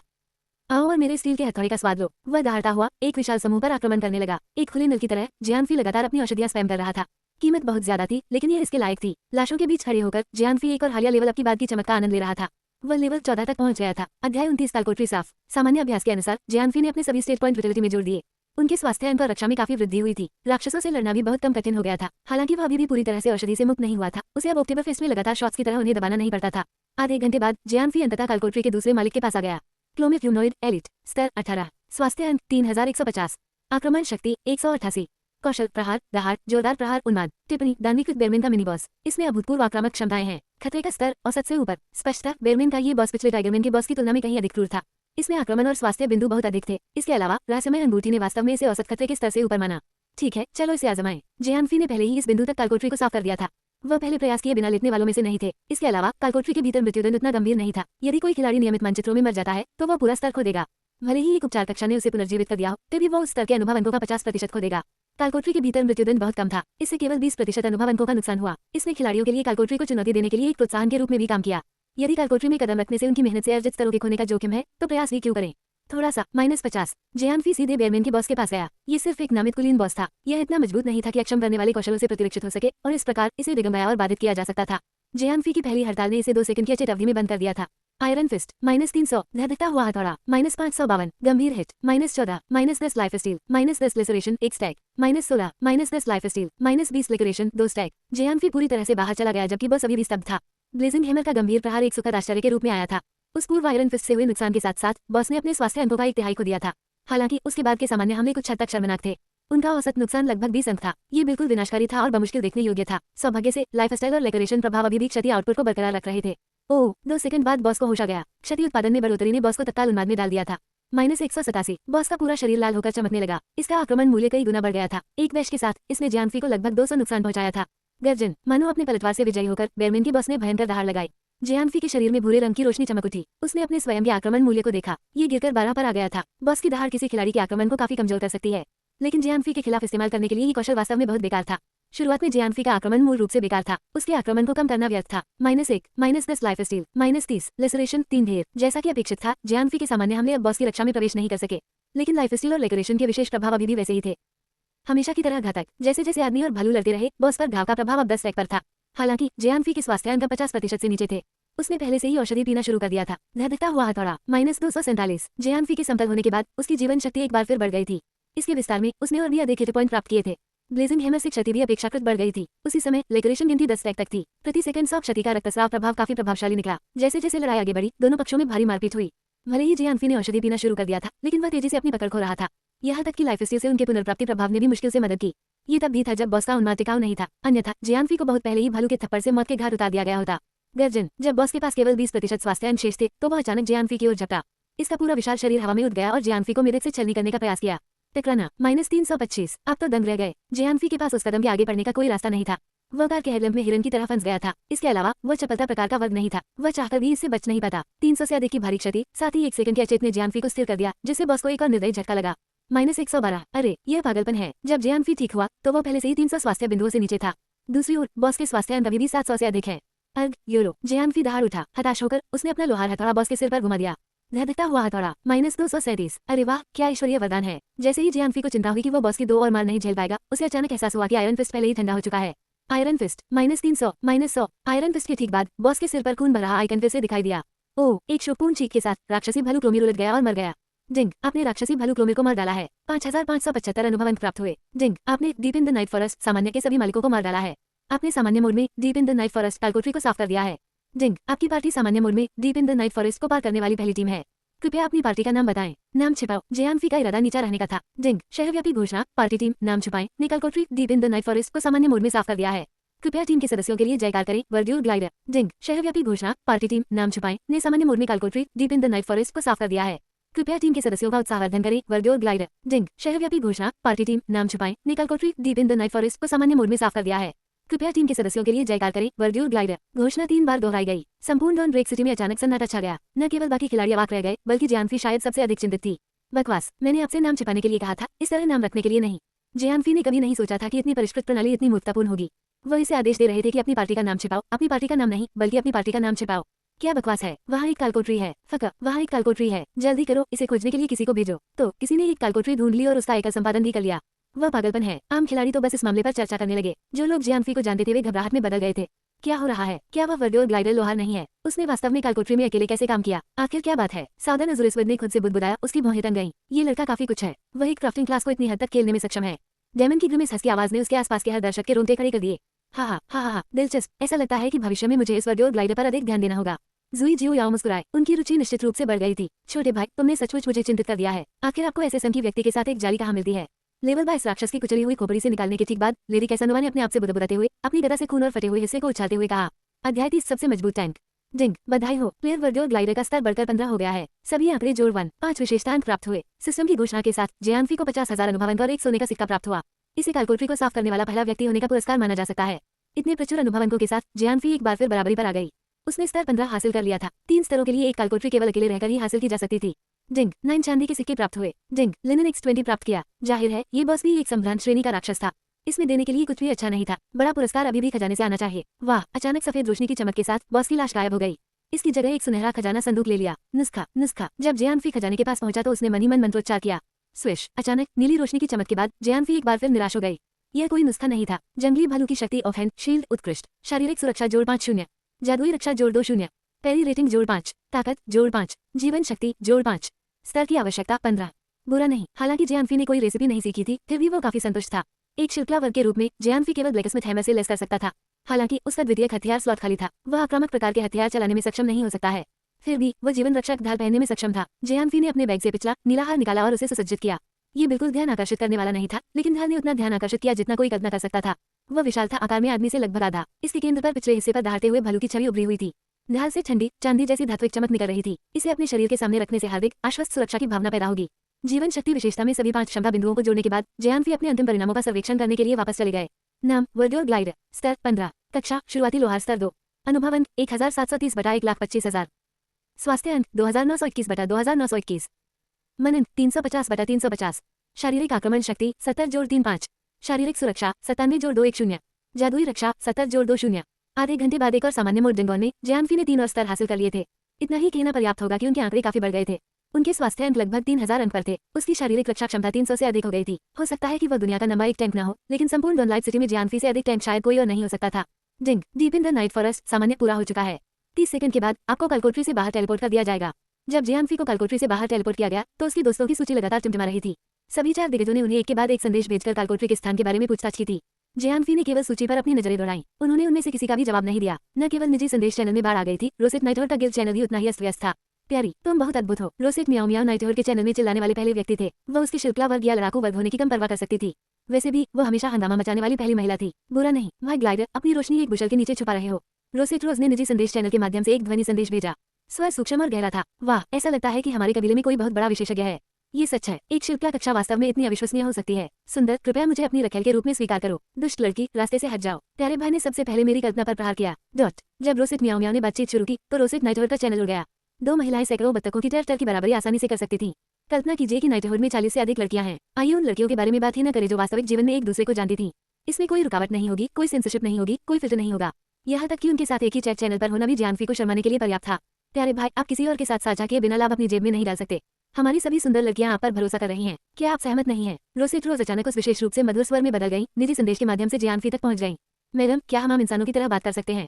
वह स्वर हमेशा जियानफी को बड़ा सिर दर्द देता था। ठीक है, मुझे कोई फर्क नहीं पड़ता कि तुम इतने अधिक मजबूत कैसे हो गए। भले ही तुम कालकोटरी को अपने पास नहीं रख सकते। देखो, कबीले की लड़कियां इसके लिए हकदार हैं। जब भी रोसेट रोज गंभीर व्यवसाय में उतरती, वह एक कठोर वृद्ध महिला में बदल जाती। हाँ, मैं समझ गया। स्थान XXX पर है। आपको काफी लोगों की आवश्यकता हो सकती है। जियानफी ने तुरंत प्रस्ताव स्वीकार कर लिया। हालांकि वह दोबारा कालकोटरी में दाखिल हुआ और पाया कि वह खाली है। सिस्टम नोट्स को पढ़ने के बाद अंततः उसे पता चला कि कालकोटरी को केवल दूसरे दिन ही ताज़ा किया जाएगा। दूसरे शब्दों में, यदि जियानफी का इरादा एक बार फिर कालकोटरी को साफ करने का था, तो वो केवल एलिट मोड या हीरोइक मोड को चुनौती दे सकता था। कालकोटरी के सामान्य मोड के लिए कल का इंतजार करना होगा। जियानफी केवल अत्यधिक जोखिम के साथ सामान्य मोड में कालकोटरी पर अकेले छापा मारने में सक्षम था। एलिट मोड में कालकोटरी से गुजरना लगभग असंभव था। हीरोइक मोड की तो बात ही छोड़ दें। जियानफी सामान्य कठिनाई को दूर करने में कामयाब रही थी। हालांकि वो कभी भी खोजकर्ता एनपीसी मुलरे से नहीं मिल पाया। जाहिर है, ये मुलरे केवल कालकोटरी की उच्च कठिनाइयों में ही पाया जा सकता था। जियानफी को टीम के साथियों की जरूरत थी और नाइटहोर्ड के भीतर की लड़कियां आदर्श उम्मीदवार थीं। ठीक है, हम कुछ ही समय में पहुंच जाएंगे। रोसेट रोज ने तुरंत नाइटहोर्ड की सभी लड़कियों को एकजुट कर लिया। वो सुंदर दर्जे एक तरफ, बाकी लोग रात्रिवन की ओर चले गए थे। कई लोग पहले से ही रात्रि वन में घूम रहे थे। कालकोटरी के नाम में स्पष्ट रूप से कहा गया था deep in the night forest. ये निष्कर्ष निकालने के लिए रॉकेट विज्ञान की आवश्यकता नहीं थी कि यह रात्रि वन ने कही था। सभी बड़े संघों ने पहले ही स्थान पर स्काउट्स भेज दिए थे। चूंकि बहुत से लोग पहले से ही कालकोटरी की खोज कर रहे थे, रोसेट्रोस का अपनी बहनों के समूह के साथ अचानक प्रवेश सामान्य से बाहर नहीं लगा। जियानफी ने उन्हें सटीक निर्देशांक दिए थे। भले ही कालकोटरी अच्छी तरह से छिपी हुई हो, महिलाओं के इस समूह का जियानफी से मिलना कुछ ही समय की बात होगी। वाह प्यारी, तुम सचमुच आगे बढ़ी और यह कर दिखाया। जैसे ही रोसेट मियाओ मियाओ ने जियानफी को देखा, वह उसके पास दौड़ी। वह जियानफी के चारों ओर घूमी, उसका सिर से पैर तक बाएं और दाएं सर्वेक्षण किया, जैसे कि वह उसे पहचानती ही न हो। वाह, मैंने पहले कभी इस पर ध्यान नहीं दिया, लेकिन आप वास्तव में बहुत अच्छे दिखते हैं। उसी समय रोसेट फॉक्स भी आ गई। वह अपने गोरे गोरे हाथों से उसके शरीर को टटोलने लगी। नाइटोर की लड़कियों में रोसेट फॉक्स संभवतः उन सभी में सबसे अधिक निर्लज थी। खैर, कोनिया कार्यात्मक देखने वाले कांस्य उपकरण सेट में अपग्रेड करने और अपनी पीठ पर लोहे की ढाल डालने के बाद जियानफी का समग्र दृष्टिकोण बदल गया था। हालांकि लोहार के हथौड़े का अपनी कमर से उतरना थोड़ा अस्पष्ट लग रहा था। चलो बकवास बंद करो मैडम, हम लंबे समय तक नहीं बैठ सकते। मुझे अपने सर्वश्रेष्ठ में से 9 दें। हम एलिट मोड में कालकोटरी को साफ करने वाली पहली पार्टी बनने के लिए लड़ेंगे। अभी जियानफी मूड में नहीं थी। 4 बड़े संघ उसे कालकोटरी के स्थान के बारे में लगातार परेशान कर रहे थे। ये सर्वविदित तथ्य था कि रात्रि वन मंचित्र के लिए काफी छोटा था। जल्दी कालकोटरी में किसी न किसी का आना था। यदि ये जोखिम न होता तो जियानफी अपने लिए ब्लू ग्रेड रेडर ब्रेसलेट बनाने के लिए पहले ही शहर वापस जा चुका होता। लेकिन प्राथमिकताएं थीं। अध्याय 31 एलिट मोड को चुनौती देना। ठीक है, रोसेट्रोस का शुरू में इरादा जियानफी को चिढ़ाने और अपनी लड़कियों से उसका गला घोटने का था। लेकिन जब उसने जियानफी को first party to clear elite mode का उल्लेख करते हुए सुना तो उसकी आंखें चमक उठी। वह अत्यधिक प्रतिस्पर्धी और महत्वाकांक्षी थी। उसके सामने अभी अवसर आना बाकी था, इसलिए वो केवल अपनी लड़कियों के साथ जंगली जानवरों के झुंड की तरह इधर उधर भाग सकती थी। अब यहाँ उसके लिए रोसेट नाइटोर के लिए नाम कमाने का मौका था। वह ऐसा सुनहरा अवसर कैसे जाने दे सकती थी। 40 विषम लड़कियों में से 9 कुलीनों को चुना गया। शेष ने सामान्य मोड में कालकोटरी को चुनौती देने के लिए खुद को 5 सदस्यीय दलों की 5 टीमों में विभाजित कर लिया। 10 मिनट के भीतर वे जल्दी से अपने नए स्थानों में दाखिल हो गए। रोसेट नाइटोर लड़कियों के पास केवल औसत गेमिंग कौशल था, लेकिन जियानफी के लिए धन्यवाद, ये लड़कियां अच्छी तरह से सुसज्जित थीं, खासकर वे जो भारी कवच से लैस करने में सक्षम थीं। इसलिए रोसेट नाइटोर के पास टैंकों की पर्याप्त आपूर्ति थी। इस प्रकार वे कालकोटरी के लिए एक साथ कई पार्टियां बनाने में सक्षम थे। जबकि कुछ पार्टियां पूरी हो चुकी थी और तैयार थी, लगभग आधा दर्जन लड़कियों को प्रशिक्षण के लिए प्रवेश द्वार के बाहर रुकना पड़ा। उस समय कक्षाओं के बेमेल होने के कारण वे कालकोटरी में प्रवेश करने में असमर्थ थे। सब कुछ अभी भी अच्छा था, क्योंकि जरूरत पड़ने पर वे आसानी से कालकोटरी के लोगों के साथ स्थान बदल सकते थे। रोसेट्रोस ने अपना वयस्क महिला मोड चालू करने के बाद अपने सदस्यों को अच्छे क्रम में वितरित किया। उनमें निश्चित रूप से उन प्रीमियम गिल्ड मास्टर्स में से एक बनने की क्षमता थी। इसके तुरंत बाद जियानफी ने खुद को एक ठोस 10 सदस्यीय पार्टी में पाया। जाहिर है वो उनका मुख्य टैंक था, लेकिन हेवी आर्मर क्लास की 4 अन्य लड़कियां भार साझा करने के लिए तैयार थीं। एक बार फिर जियानफी को धन्यवाद। नाइटोर के भीतर भारी बख्तरबंद लड़कियों में संभवतः उच्चतम गुण और कच्ची स्थिति थी। जब किसी संभ्रांत कालकोटरी पर पहली बार प्रयास की बात आई तो हर छोटी चीज मायने रखती थी। इस पार्टी में रोसेट्रोस द नाइट, रोसेट म्याओ म्याओ और रोसेट पीच दो पुजारी, रोसेट फॉक्स और रोसेट नार्सिसस दो जादूगर, रोसेट ड्रैगनेस और रोसेट डेजोरांस दो योद्धा, रोसेट फैंटम द बैंडिट और रोसेट बबल्स द हंटर शामिल थे। भाई ग्लाइडर, चूंकि आप पहले ही एक बार से गुजर चुके हैं तो आगे बढ़ें। हम ठीक आपके पीछे होंगे। पार्टी के गठन के बाद रोसेट्रोस ने पार्टी का नेतृत्व जियानफी को स्थानांतरित कर दिया। ठीक है, जियानफी ने तुरंत प्रस्ताव स्वीकार कर लिया। आखिरकार पार्टी नेता के रूप में उन्हें स्वयं राक्षसों को चिन्हित करने का अधिकार था। इससे उसे युद्ध पर कुशलता और अच्छा नियंत्रण प्राप्त हुआ। डिंग, आप कालकोटरी में प्रवेश कर रहे हैं, deep in the night forest. कृपया कठिनाई का चयन करें। अभिजात वर्ग मोड। जियानफी ने मधुर स्वर में उत्तर दिया। स्विश, सफेद रोशनी से गिर जाने के बाद जियानफी और अन्य लोगों ने खुद को कालकोटरी की धरती पर खड़ा पाया। सामान्य मोड में कालकोटरी के प्रवेश द्वार पर एक लघु सुरक्षित क्षेत्र पाया जा सकता है। इसने खिलाड़ियों को अपने साहसिक कार्य के लिए पर्याप्त तैयारी करने का अवसर दिया। प्रवेश द्वार के पास द्वारपाल एनपीसी वास्तव में खिलाड़ियों पर नजर रख रहे थे। इस बार जियानफी को बड़ा आश्चर्य हुआ। अपने दिल की गहराई में वो खुद को भाग्यशाली मानता था कि एलिट मोड सोलो को चुनौती देने के लिए वह इतना अहंकारी नहीं था। यह उसके लिए अच्छा नहीं होता। द्वारपालों के बजाय 2 राक्षसी टाइगरमैन उनका स्वागत करने के लिए वहां मौजूद थे। हो सकता है कि वे सिर्फ राक्षसी टाइगरमैन हो, लेकिन एलिट मोड में वे भयानक बॉस थे। दांडीकृत टाइगरमैन ह्यूमनॉइड, अभिजात वर्ग, स्तर 17, स्वास्थ्य अंक 2000, आक्रमण शक्ति 152। टिप्पणियां, राक्षसी क्रूर बाघ, अपार आक्रामक क्षमताएं, मध्यम खतरे का स्तर। वे केवल घुरघुराने वाले थे, लेकिन उनकी बुनियादी विशेषताएं पहले से ही नॉर्मल मोड के पहले बॉस से कहीं अधिक थीं। आखिर एलिट मोड बॉस कैसा होगा? भाड़ में जाओ। कोई आश्चर्य नहीं कि इसे एलिट मोड कहा जाता है। यहाँ तक कि भीड़ भी एलिट है। जियानफी ने खुद से बड़बड़ाया। वाह, तो ये कालकोटरी है। ओह, सम्भ्रांत भीड़। ओह, यह पागलपन है। लड़कियां तुरंत उत्सुक पक्षियों की तरह चहचहाने लगी। चुप करो तुम सब। इससे पहले कि जियानफी अपना मुंह खोल सके, रोसेट्रोस ने उन्हें फिर से ध्यान में ला दिया। आखिरकार ये गंभीर मामला था। वे संभवतः एलिट मोड में कालकोटरी को साफ करने वाली पहली पार्टी हो सकते हैं। लड़कियां तो लड़कियां थीं, लेकिन रोसेट्रोस इन लड़कियों को बकबक में समय बर्बाद करने की इजाजत शायद नहीं दे सकती थी। ठीक है, लड़कियों ने एक स्वर में उत्तर दिया। रोसेट्रोस इन लड़कियों के दिलों में सबसे ऊपर खड़ी थी। उन्हें चुप कराने के लिए एक लाइन ही काफी थी। भाई ग्लाइडर, लड़कियों को ले जाओ और एक फॉर्मेशन तैयार करो। हमें पहले स्थान के लिए लड़ना होगा। रोसेट्रोस ने अपनी छोटी मुठ्ठियां एक साथ ऊपर उठाते हुए कहा। अभी उसकी आंखें चमक रही थी। कालकोटरी को साफ करने वाली पहली पार्टी होने का सम्मान अर्जित करने की इच्छा से भरी हुई। ठीक है, उसके विचार जियानफी से मेल खाते थे। वह निश्चित रूप से कोई भी समय बर्बाद करने के मूड में नहीं था। इस प्रकार वह तुरंत दोनों द्वारपालों की ओर झपटा। साथ ही उन्होंने कहा, हर कोई बने रहने का प्रयास करें। चिकित्सकों, मेरे स्वास्थ्य बिंदुओं पर ध्यान दें। मैं जिस भी भीड़ को चिन्हित करूं उस पर हमला करें। जियानफी के पास कोई एओई कौशल नहीं था। उसे डर था कि लड़कियां गड़बड़ कर देंगी और राक्षस का पूरा ध्यान अपनी ओर आकर्षित कर लेंगी। इसलिए उन्होंने सबसे पहले एक टाइगरमैन को चिन्हित किया। उसने चार्ज के साथ शुरुआत करने की हिम्मत नहीं की, ऐसा न हो कि लड़कियां आगे बढ़ने में असफल हो जाएं। ओह, कम से कम उसके चेहरे को देखकर ही गुस्सा काफी हद तक भड़क गया था। पहले कुछ कदमों के भीतर 2 टाइगरमैन ने उसके अस्तित्व पर ध्यान दिया, जो तेजी से झपट पड़े। आयरन फिस्ट -300, धधकता हुआ हथौड़ा -274। जियानफी ने उसके चिन्हित लक्ष्य पर 2 निर्मम प्रहार किए। हाल ही में उनके हेल्थ पॉइंट्स की वृद्धि के कारण उनके ब्लेजिंग हैमर को अब बहुत अधिक नुकसान हुआ है। -72, -10 लाइफ स्टील, -10 लेसरेशन, 1 स्टैक। उन पहले 2 कौशलों के बाद जियानफी ने चारों ओर घूमकर दूसरे राक्षस पर एक सामान्य हमला किया, जिससे उसकी आक्रामकता भी बढ़ गई। चूंकि जियानफी के गले में अब टाइगर की शक्ति का हार था, इसलिए उसके हमले का मूल्य अंततः 100 से अधिक हो गया था। 105 का हमला बिल्कुल अधिक नहीं था, लेकिन ये पहले की तरह कहीं भी कमजोर नहीं था। -98, -112, दोनों टाइगर में ने अपने अपने तरीके से उत्तर दिया। यदि जियानफी ने एक पार्टी बनाए बिना प्रवेश नहीं किया होता, तो वो औषधि की सहायता से भी उनके खिलाफ खड़ा नहीं हो पाता। अपना आक्रमण उस पर केंद्रित करे जिसे मैंने चिन्हित किया है। जियानफी ने हमलों के पहले चक्र के बाद टाइगरमैन के स्वास्थ्य अंकों का एक छठा हिस्सा काट लिया था, लेकिन वह अकेला नहीं था। लड़कियां जल्दी ही पकड़ में आ गईं। हालांकि जियानफी के सभी कौशल ठंडे बस्ते में थे, लेकिन पीछे की लड़कियों ने तुरंत यह सुनिश्चित कर लिया कि दोनों राक्षसों को कोई खतरा नहीं है। न केवल संख्या में मजबूती थी, बल्कि लड़कियों का स्तर भी काफी ऊंचा था। रोसेट रोज पहले से ही लेवल 19 थी, अन्य लड़कियां लेवल 16 और 17 के बीच थीं। इसके अलावा वे वास्तविक आक्रामक हथियारों से लैस करने में सक्षम थीं। यहाँ तक कि सफेद ग्रेड उपकरणों के पूरे सेट के साथ एक जादूगर के पास जियानफी की तुलना में अधिक सामान्य हमले की विशेषता होगी। वाह, इस पूरे लिनेन को देखो, रोसेट म्याऊं म्याऊं चिल्लाया। नियमित गुणवत्ता वाली वस्तुएं तुरंत छीन ली गई क्योंकि सदस्यों ने बारी बारी से लूटपाट की। जियानफी के अस्तित्व के कारण संपूर्ण कलकोटरी की कुल गिरावट दर में वृद्धि हुई थी। वास्तव में प्रत्येक भीड़ बहुत सारे एक्सपी देती है। कोई आश्चर्य नहीं कि प्यारे भाई तूफान की तरह समतल हो गए। रोसेट पीच ने आश्चर्यचकित होकर कहा। हालांकि ये 10 लोगों की पार्टी थी, लेकिन सभी राक्षस संभ्रांत लोग थे। समान रूप से विभाजित होने पर भी प्रत्येक व्यक्ति ने 1000 से अधिक अनुभवन अर्जित किए। ये सही है, ये सही है। पार्टी में लड़कियां अभी तक अपने सदमे से उबर नहीं पाई थी, न कि उनके पास इतना समय था। जियानफी जब आज ऑनलाइन आया तो वो केवल लेवल 10 पर था और पलक झपकते ही उसने लेवल 15 प्राप्त कर लिया था। अब रहस्य सुलझ गया था। अध्याय 32 उन्नत अभिजात वर्ग। जैसे जैसे प्रत्येक गुजरती लहर के साथ राक्षसों की भीड़ बढ़ती गई, जियानफी के स्वास्थ्य बिंदुओं ने बढ़ती आवृत्ति के साथ खुद को एक महत्वपूर्ण बिंदु पर पाया। 2 मौलवी लड़कियों की बदौलत उन्होंने इस पर ज्यादा ध्यान नहीं दिया। 2 और लहरें और हमारा सामना पहले बॉस से होगा, जियानफी ने उत्साहपूर्वक कहा। उसका अनुभव बार पहले से ही आधा भरा हुआ था। एलिट मोड अनुभव बिंदुओं का खजाना था। मैं चाहता था कि ये थोड़ी देर और चले। रोसेट रोज ने थोड़ा असंतुष्ट होकर कहा। अनुभव बिंदुओं का प्रवाह वास्तव में व्यसनी था। पीसने के लिए इससे बेहतर कोई जगह नहीं थी। दुर्भाग्य से उसने जियानफी से सुना था कि कलकोटरी के प्रत्येक कठिनाई स्तर को प्रतिदिन केवल एक बार ही साफ किया जा सकता है। यदि नहीं तो हर कोई दिन रात कलकोटरी में डेरा डाले रहेगा। जियानफी और अन्य लोगों द्वारा उन 2 लहरों को साफ करने के तुरंत बाद वे आपस में फुसफुसाते हुए पहले मालिक के सामने खड़े हो गए। जेरे क्रूर बाघ मानव सदृश उन्नत अभिजात वर्ग, लेवल 19, स्वास्थ्य अंक 5000, आक्रमण शक्ति 275, कौशल भारी प्रहार, काटना, जोर से मारना, उन्माद, हमला करना। टिप्पणी, एडवांस एलिट एक महत्वपूर्ण शक्तिशाली खतरे का वर्गीकरण है जिसकी आक्रमण शक्ति नाम के अनुरूप है। उच्च खतरे का स्तर। एलिट मोड कलकोटरी का क्रूर टाइगर जेरे सामान्य मोड में बॉस की तुलना में कहीं अधिक मजबूत था। न केवल इसके आंकड़े दोगुने हो गए, बल्कि इसमें बूट करने के लिए 2 अतिरिक्त कौशल भी थे। हर कोई पूर्ण स्वास्थ्य बिंदु प्राप्त करें। जब मैं लड़ाई शुरू करूं तो घबराओ मत। जैसा मैं कहता हूं वैसा करो और सब कुछ ठीक हो जाएगा। जियानफी ने चेतावनी दी। चिंता मत करो भाई ग्लाइडर, पार्टी में इन लड़कियों को मैंने ही चुना है। वे मेरे साथ कई गेम खेल चुकी हैं। हो सकता है कि वे पेशेवर न हो, लेकिन कलकोटरी उनका घरेलू मैदान है। रोजा रोज ने सिर हिलाया। ठीक है, मैं चलता हूँ। जियानफी ने देखा कि हर कोई तैयार था। अपने हाथ में लोहार का हथौड़ा लेकर उसके पैर जमीन से टकरा गए। थोड़ा सा -50, बॉस एक उन्नत अभिजात वर्ग हो सकता है, लेकिन ये सिर्फ पहला बॉस था। यह एक वास्तविक बॉस की तरह लड़खड़ाहट और रुकावटों से अछूता नहीं था। जियानफी की टक्कर ने उसे तुरंत अचेत कर दिया था। आयरन फिस्ट -300, धधकता हुआ हथौड़ा -624, क्रिटिकल हिट। बस इच्छानुसार गोली चलाओ। जियानफी ने शुरू में एग्रो को स्थिर करने के लिए कुछ और सेकंड लेने का इरादा किया था। उसने ये उम्मीद नहीं की थी कि ब्लेजिंग हैमर से उसे गंभीर झटका लगेगा।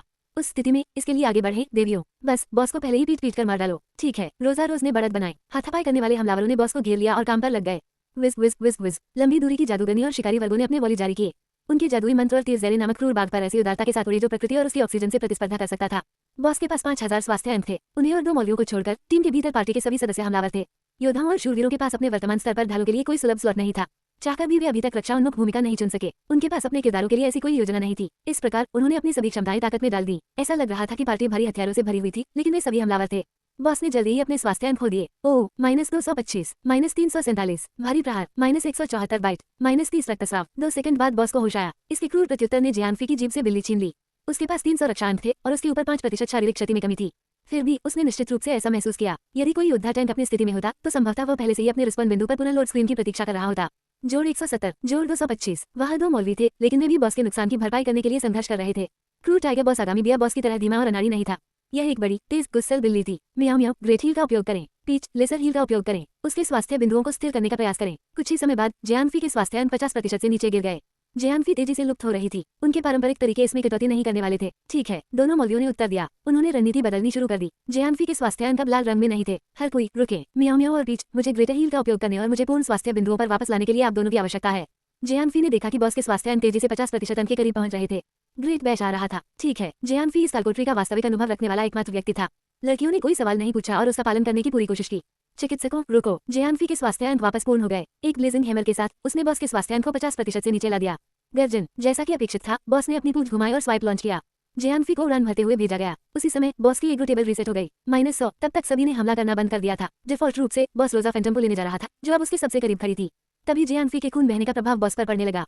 ओह, बॉस ने क्षति दर्ज की और जियानफी की ओर घूम गया। तुम्हें मेरे पास आने की जरूरत नहीं, मैं तुम्हारे पास जाऊंगा। मैं पूरी तरह शांत हो गया हूँ। मुझे कृषि को स्थिर करने के लिए समय की आवश्यकता होगी। मौलवियों को छोड़कर बाकी सभी को पीछे हटना होगा। जियानफी मारपीट के आदान प्रदान के बीच उन शब्दों को निचोड़ने में कामयाब रहे। इस बार पीच, ग्रेटर हील, म्याओ म्याओ, लेसर हील, बस उन स्वास्थ्य बिंदुओं को स्थिर रखें। रोजा म्याओ म्याओ अभी ग्रेटर हील को स्पैमिंग कर रही थी, यहाँ तक कि अपने मेना पोषण के साथ भी वह जल्दी ही सूख रही थी। इसलिए जियानफी ने स्विच का ऑर्डर दिया था। धधकता हुआ हथौड़ा -268। ठीक है, ऐसा करो देवियों। अपने एग्रो को जमा करने के बाद जियानफी ने उन्हें पूरी तरह हरा दिया। ओह, बॉस के स्वास्थ्य अंक तेजी से 30% अंक के करीब पहुंच रहे थे। एक दहाड़ के साथ उसका पूरा शरीर लाल हो गया। उन्माद मोड -472, -385। उन्मादी राज्य का मतलब उन्मादी हमले। दोनों मौलवी महानुपचारकर्ता बस अपने मेना पोषण को स्पैम करें। जैसे ही जियानफी आदेश दे रहा था, उसने एक स्वास्थ्य औषधि भी पी ली। अगली सीमा 10% का निशान दिखाई देने लगा। जियानफी लड़कियों को चेतावनी देना नहीं भूली। बॉस अपने चरम को उजागर करने जा रहा है, बस शांत रहें। मौलवियों, अपने आप को ठीक करें। बाकी सभी को इस पर देर होना होगा। अपने स्वयं के स्वास्थ्य औषधि के साथ जीवित रहने का प्रयास करें। ओह, दहाड़ के साथ बॉस ने ब्लिट्स आक्रमण को छोड़ दिया। ये ब्लिट्स आक्रमण का एक विशिष्ट संस्करण था। मूल 12 हिट की तुलना में ये 20 हिट थी। इसके अलावा उसका आक्रमण भी काफी बढ़ गया था। हर बार जब वे पंजे जियानफी के शरीर में घुसे तो 400 बिंदु हवा में ऊपर उठ गए। क्लॉथ आर्मर लड़कियों पर नुकसान लगभग कई गुना बढ़ गया था। वे 800 रेंज के करीब थे। सौभाग्य से जियानफी ने प्रारंभिक चेतावनी दी थी। बॉस नजरों से ओझल हो गया था और सभी के हेल्थ पॉइंट पागलों की तरह गिरने लगे थे, लेकिन कोई भी अभी तक स्वयं नहीं हो रहा था। दो सबसे कमजोर मौलवी पूरी तरह से अपने अपने हेल्थ बाज में व्यस्त थे। जादूगरनी रोजा फॉक्स और रोजा नार्सिसस को केवल एक झटका लगा।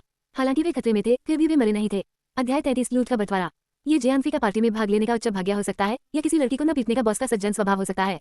भले ही जब बॉस का अल्टीमेट खत्म हुआ, पार्टी के सभी 10 सदस्य अभी भी खड़े रह गए थे। कहने के लिए इससे बुरा कुछ नहीं था। इस प्रक्रिया में जियानफी ने अकेले ही 20 में से 6 हिट खा लिए थे। हेवी आर्मर उपयोगकर्ताओं ने प्रत्येक को 2 से 3 हिट दिए थे। क्लॉथ और लेदर आर्मर में लड़कियों को एक सफलता मिली थी। इस तरह हर कोई अपनी जिंदगी से बच गया था। बॉस धोखेबाज था, ये नंदा सच था। यदि क्लॉथ आर्मर के खिलाड़ी बहुत अधिक हिट लेते हैं तो उसे इसे कठिन भाग्य के कारण भुगतना होगा। इससे बचने का कोई रास्ता ही नहीं था। अपने वर्तमान स्तर पर पुजारी ढाल लगाने में असमर्थ थे। शूरवीर दूसरों को अजयता प्रदान करने में असमर्थ थे। जादूगरों के पास खुद को जीवित रखने के लिए कोई कौशल नहीं था। संक्षेप में कहें तो वे बॉस को धोखा देने के लिए बैठे हुए थे। बावजूद इसके पूरी पार्टी बॉस के अल्टीमेटम से गुजर गई। जरे सब खर्च हो गया। यह अभी भी एक मुक्का मारने में सक्षम था, लेकिन अब उस शक्ति के प्रभाव में आने के लिए पर्याप्त स्वास्थ्य नहीं रह गया था। यह नीचे चला गया। जिंग, आपने क्रूर बाग जरे को मार डाला है। 12,500 अनुभव अंक प्राप्त हुए। केवल एक बॉस और सभी को औसतन 10,000 से अधिक अनुभव अंक प्राप्त हुए थे। यह मन को झकझोर देने वाला था। जो लड़कियां लगभग लेवल अप करने जा रही थी, अचानक सोना चमक उठा। अब जियानफी को छोड़कर पार्टी में कोई भी लेवल 17 से नीचे नहीं था। लूट कहाँ है? रोसेट रोज ने लाश को देखा। ये अभी भी सिक्के और लिनेन थे। ये सामान्य से कहीं अधिक था, लेकिन गिल्डमास्टर अभी भी बहुत निराश था। जियानफी मुस्कुराया। अंत में एक खजाना संदूक उत्पन्न होगा। आपको उस संदूक में पुरस्कार मिलेंगे। ओह, यह उससे भी अधिक पसंद है। रोसेट रोज ने सिर हिलाया। उसका मूड काफी अच्छा हो गया। जैसा कि अपेक्षित था, बॉस की लाश को तुरंत चांदी के खजाने से बदल दिया गया। भाई ग्लाइडर, तुम्हारी किस्मत सुनहरी है। सम्मान करो, रोसेट रोज ने जियानफी से कहा, क्योंकि उसने उसे बताया था कि कैसे उसने एक छिपी हुई खोज के माध्यम से अपनी किस्मत की विशेषता को बढ़ाया था। ठीक है, जियानफी आगे बढ़ गया। वह खजाने की पेटी की ओर बढ़ा। प्यारी, तुम्हें मेरे लिए कुछ उपकरण लाने होंगे। रोसेट म्याओ म्याओ उसकी पीठ पर चिल्लाए। Recipe recipe recipe. जियानफी उन चिपचिपी लड़कियों की कम परवाह कर सकती थी। वह नुस्खा मंत्र का जाप करता रहा। स्विश। बाद में नीली रोशनी की एक चमक के बाद जियानफी एक बार फिर निराश हो गई। कोई रेसिपी नहीं थी। बाघ का पंजा, मुख्य हाथ, खंजर उत्कृष्ट, आक्रमण जोड़ 7-0, चपलता जोड़ 5, सटीकता जोड़ 5, सुसज्जित आपके आक्रमण को 5% तक बढ़ा देता है। स्तर की आवश्यकता स्तर 15।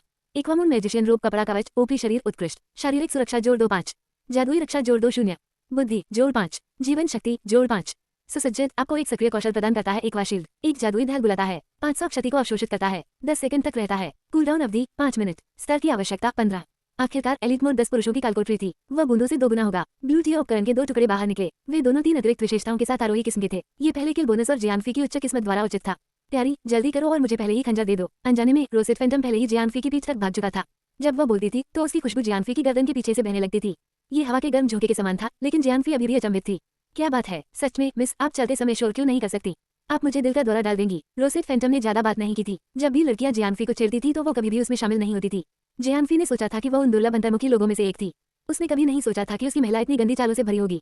ओह, बस जल्दी करो और इसे मुझे दे दो। यदि नहीं तो मैं तुम्हारे घर की खिड़की पर चढ़ जाऊंगा और तुम्हें मौत तक डरा दूंगा। रोसेट फैंटम ने जियानफी को टटोलते हुए अपने पतले सफेद हाथ फैलाए। ये यहाँ है, यहाँ यह है। आप मुझे डरा देते हैं। वैसे भी पार्टी के भीतर किसी और को इस खंजर की जरूरत नहीं थी।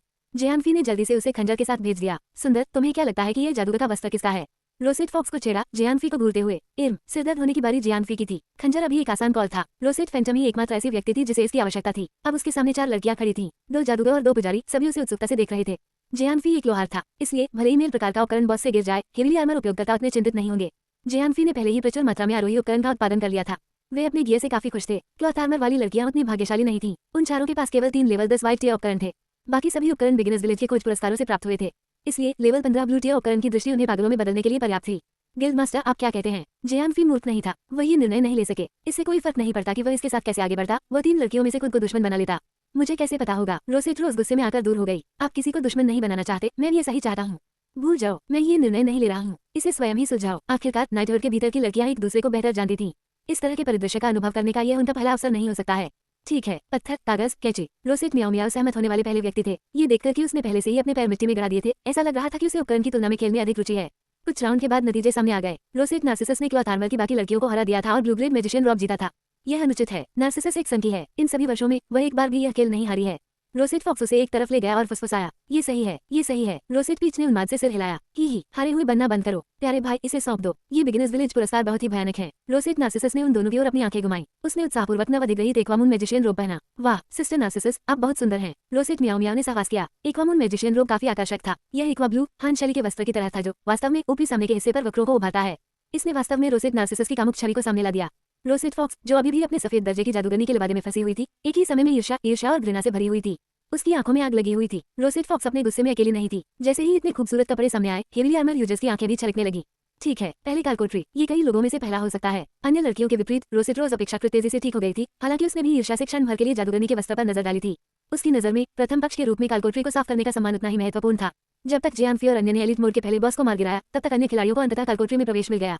5 मिनट के भीतर मौखिक चर्चा ने ये सुनिश्चित कर दिया कि कालकोट्री का स्थान deep in the night forest अब संपूर्ण डॉनलाइट सिटी में सार्वजनिक ज्ञान था।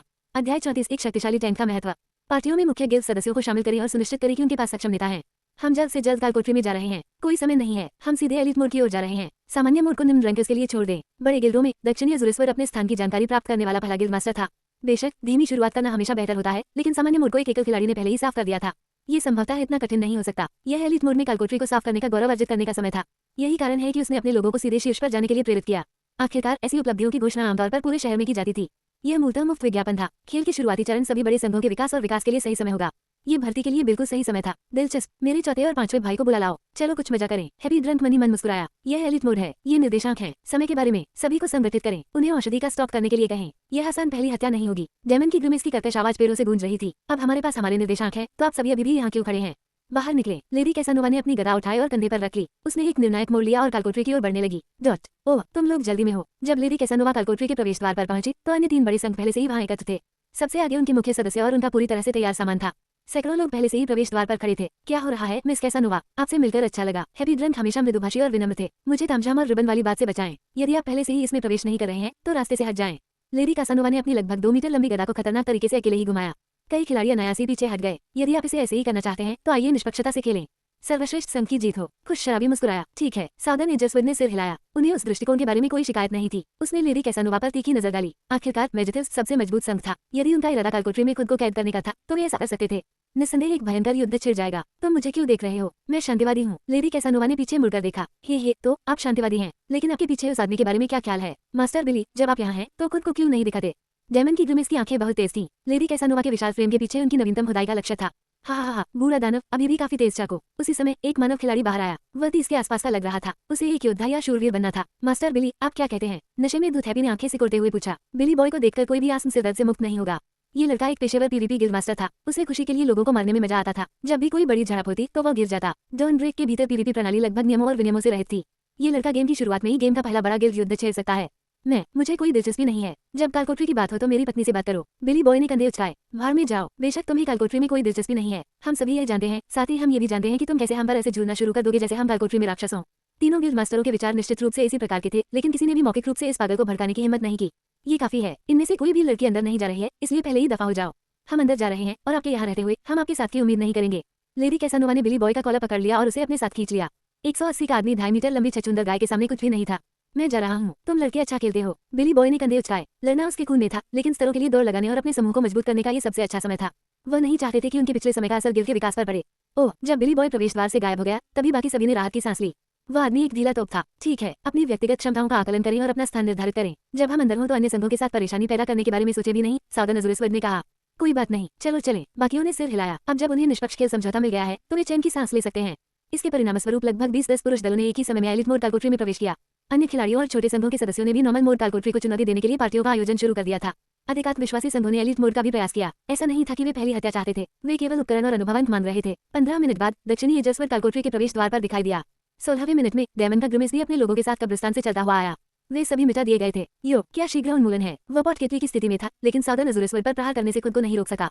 मानो तुम्हें स्वयं ही समाप्त नहीं किया गया हो। दक्षिणी अजुरेश्वर ने अपनी आंखें घुमाई। या तो पहले ही चले जाओ या मेरे रास्ते से हट जाओ। जैसे ही वे दोनों एक दूसरे का मजाक उड़ाते रहे, लेडी कैसनोवा उनके पीछे आ गई। क्या बकवास है, तुम लोगों को भी हटा दिया गया है? सावधान अजुरेश्वर ने पूछा। उसकी आंखें ढाल के आकार की थीं। भाड़ में जाओ, तुम्हें खत्म होने की इजाजत है, लेकिन मुझे नहीं। लेडी कैसनोवा खतरनाक ढंग से दहाड़ने लगी। दोस्तों, हम फिर मिलेंगे, क्या संयोग है। इस बार हैप्पी ड्रम दिखाई दिया। उसकी पार्टी के सदस्य हारकर अपने तलवों को साथ खींच रहे थे। यो बूढ़े भाई, ऐसा लगता है कि आप सबसे लंबे समय तक टिके रहे। आप लोग कहाँ पहुंच गए? डेमन की ग्रिमेस ने पूछा। सातवीं लहर। हैप्पी ड्रंक ने कंधे उछाए और उन्हें सच बता दिया। कुछ भी छोड़ने से कुछ हासिल नहीं होने वाला था। आप लोग भी सातवीं लहर की चपेट में आ गए? लेडी कैसानोवा ने संदेहपूर्ण ढंग से पूछा। हाँ, ये कालकोठरी टूट गई है। छठी लहर में 5 संभ्रांत राक्षस ठीक थे, लेकिन अफसोस उनमें से 10 सातवीं लहर में आ गए और हमारे मुख्य टैंक को नष्ट कर दिया। दक्षिणी एजर्सवर्ड ने शोक व्यक्त किया। हाँ, बाकी लोग शर्मिंदगी से मुस्कुराए। दिन जैसा साफ था, उन सभी को बिल्कुल एक ही तरीके से समाप्त कर दिया गया था। बकवास बंद करो, टैंक पक्षपाती में जाओ। उन चारों ने एक दूसरे की ओर देखा। उनके पास कोई विकल्प नहीं था। उनका टैंक जियानफी जितना मजबूत नहीं था। उनका एकमात्र विकल्प नुकसान को साझा करने के लिए अधिक टैंक भेजना था। पार्टी विन्यास को समायोजित किया गया। उन चारों ने अपने सर्वश्रेष्ठ खिलाड़ियों को एकजुट किया और फिर से अंदर चले गए। अन्य 10 सदस्यीय पार्टियां पूरी तरह से भंग कर दी गईं। वे 5 पुरुष पार्टियों में बदल गए और नॉर्मल मोड कालकोठरी के लिए चले गए। यहाँ तक कि कुलीन संघों के मुख्य टैंक भी टिकने में विफल रहे थे। नियमित टैंकों के लिए इसका क्या मतलब था? टैंक एक पार्टी की आत्मा बनते थे। वह उनकी चरण का पत्थर था। एक टैंक का स्थायित्व किसी चुनौती की सफलता या विफलता को निर्धारित करता है। गेमिंग कौशल, प्रतिक्रिया समय और सूक्ष्म नियंत्रण। रोसेट नाइटोर के भीतर की लड़कियों, यहाँ तक कि रोसेट रोज की तुलना 4 बड़े संघों के कुलीनों से नहीं की जा सकती। ये जियानफी के हास्यास्पद स्थायित्व का धन्यवाद था जिसने उन्हें इतनी सहायता प्रदान की। इस तरह से लड़कियों का ये शोर शराबा अव्यवस्थित समूह एलिट मोड कालकोठरी के पहले मालिक को हराने में सक्षम हुआ था। दूसरी ओर, इससे पहले कि वे पहले मालिक की नाक में देख सके, बड़े 4 का सफाया हो चुका था। अध्याय 35 दूसरे बॉस की ओर आगे बढ़ना। जबकि चारों बड़े लोग अभी भी फर्श से अपने गधे उठा रहे थे, जियानफी आगे बढ़ रहा था। रोसेट नाइटोर की लड़कियां उसका बारीकी से पीछा कर रही थीं। गर्जन, उग्र दहाड़ के साथ 7 से 8 भालू पेनफ्रा हथेलियां जियानफी के चेहरे पर मार रहे थे। प्रत्येक प्रहार से 200 से अधिक क्षति हुई थी, तब भी जब वह जियानफी ही थी। सौभाग्य से ये बेरमैन काफी धीमे थे। यदि नहीं तो उसके पीछे के 2 पुजारियों को उसके स्वास्थ्य बनाए रखने में परेशानी होगी। यह मेरी ओर आ रहा है। रोसेट रेग्नेस रोई। उसके सामने ढेर सारे शवों में से किसी विशेष लक्ष्य को चुनना कठिन था। उसने गलती से एक ऐसे लक्ष्य को उकसाया था जिसे अभी तक जियानफी ने चिन्हित नहीं किया था। जियानफी की आक्रामकता को पार करने में मुश्किल से ही कुछ लगा, क्योंकि उसने इसे केवल एक सामान्य हिट दिया था। -475। जैसे ही भालू की हथेली सुंदर योद्धा से टकराए, लगभग 500 अंक की क्षति हुई। हालांकि रोसेट रेग्नेस को ग्रीन टियर उपकरणों के पूरे सेट में शालीनता से सजाया गया था, जिसे जियानफी ने खुद तैयार किया था, लेकिन उसने हिट लेने के लिए अपने चरित्र का निर्माण नहीं किया था। उपकरणों की उनकी पसंद और योग्यता अंकों का वितरण सभी अपराध केंद्रित थे। उसके पास बमुश्किल ही स्वास्थ्य अंक थे। ये केवल कुछ ही समय की बात थी जब क्रूर भालू ने उसे मौत के घाट उतार दिया। रोसेट रेग्नेस के मामले के आधार पर कोई केवल यह अनुमान लगा सकता है कि जियानफी न केवल सख्त था, वह हास्यास्पद रूप से इतना सख्त था। कॉम्बैट कक्षाओं की तुलना में क्राफ्टिंग कक्षाएं पहले से ही उच्च रक्षा विशेषता के साथ शुरू हो जाएंगी। इसके अलावा जियानफी ने अपने सभी योग्यता बिंदुओं को जीवन शक्ति में डाल दिया था। उनके उपकरण को और भी अधिक जीवन शक्ति प्रदान करने के लिए अनुकूलित किया गया था। जियानफी सभी सख्त कीलों में सबसे सख्त कील थी। आइए हम जियानफी की शिल्प कौशल को कमतर न आंकें। उन प्रीमियम गिरोह के मुख्य टैंकों को अभी तक ग्रीन टियर उपकरणों का पूरा सेट प्राप्त नहीं हुआ था। वे जितनी कोशिश कर सकते हैं करें, यहाँ तक कि सबसे समर्पित एबिलिटी पॉइंट वितरण भी रोसेट रेग्नेस की रक्षा से मेल खाएगा। एक राक्षस अभी भी उन्हें 500 क्षति के लिए मार डालेगा। यदि 7 से 8 राक्षसों ने एक साथ हमला किया तो 4000 हेल्थ पॉइंट भी नहीं ले पाएंगे। 2000 हेल्थ पॉइंट तो छोड़ ही दीजिए। उसे अब और मत मारो, कुछ औषधि ले लो। जियानफी तुरंत महिला योद्धा के बचाव में जुट गई। धधकता हुआ हथौड़ा। -668। गंभीर हिट। निर्णायक क्षण में गंभीर प्रहार ने राक्षस का ध्यान वापस जियानफी की ओर मोड़ दिया था। हर कोई सावधान रहें। मैं योद्धा नहीं हूँ। मैं उन विशेष टैंकों की तरह एग्रो को नहीं पकड़ सकता। बस मेरे निशानों का ध्यान रखें। जियानफी ने राहत की सांस ली। वह बेहद भाग्यशाली था कि उसे एक गंभीर हिट मिली, अन्यथा उसे बहुत देर हो गई होती। विडंबना यह है कि जियानफी एक सच्चा टैंक नहीं था, लेकिन वह अन्य लोगों की तुलना में कहीं अधिक कठोर था। लेकिन उनकी रणनीति में एक खामी थी जिसे सुधारा नहीं जा सका। उसके पास कोई कौशल नहीं था जो कृषि उत्पन्न कर सके। योद्धाओं का ताना था। बीएफओ में डेल्यूड्स के पास प्रोवोक का कौशल था। जियानफी के पास कुछ भी नहीं था। वह केवल समान स्तर पर खड़ा हो सकता था और ऑफेंस क्लास के साथ एग्रो के लिए कुश्ती लड़ सकता था। कम से कम जियानफी के पास ठोस उपकरण और उच्च भाग्य था। उनकी लगातार आलोचनात्मक हिस्स ने उन्हें पार्टी के भीतर लड़कियों के साथ अपनी पैठ बनाए रखने में सक्षम बनाया। इसके अलावा वह अक्सर हमले की शुरुआत करने वाला पहला व्यक्ति होता था। यही कारण है कि वह राक्षसों की आक्रामकता को अपने तक सीमित रखने में सक्षम होगा। यदि ऐसा नाजुक संतुलन कभी बिगड़ा तो जियानफी असहाय हो जाएगी। उसके पास स्थिति से बचने का कोई रास्ता नहीं था। ठीक है, रोसेट रेग्नेस ने अपनी जीभ बाहर निकाली, आधी शर्मिली आधी चुटिली। वह अच्छी तरह जानती थी कि कैसे उसकी लापरवाही ने पार्टी पर लगभग संकट ला दिया था। लड़ाई जारी रही। लहर दर लहर राक्षस मारे गए। बेरमैन 10 के समूह में भी आने लगे। जियानफी जितना सख्त था, हमलों की भारी मात्रा उस तक पहुंचने लगी थी। दोनों पुजारियों को उसके स्वास्थ्य बार के विस्तार के रूप में कार्य करते हुए सीमा तक बढ़ाया गया था। जियानफी की ओर से वह अपने स्वास्थ्य औषधियों को लगातार स्पैम कर रहा था। इससे पार पाने का कोई और रास्ता नहीं था। समय समाप्त। बेरमैन के साथ एक लंबी कठिन लड़ाई के बाद जियानफी ने फैसला किया कि यह बहुत जरूरी आराम और पुनर्गठन का समय है। यदि उनकी बाद की लड़ाइयां इस स्तर की होती तो लोग फिसलने लगते और घातक गलतियां हो सकती थीं। ये देखने के बाद कि हर कोई आसानी से सांस ले रहा है और उन्होंने अपने स्वास्थ्य बिंदु और मन बिंदु पूरी तरह से बहाल कर लिए हैं, जियानफी ने आगे बढ़ना फिर से शुरू कर दिया। उस समय 4 बड़े गिल्ड मास्टर्स ने एक बार फिर कालकोठरी के प्रवेश द्वार पर अपना पुनर्मिलन आयोजित किया।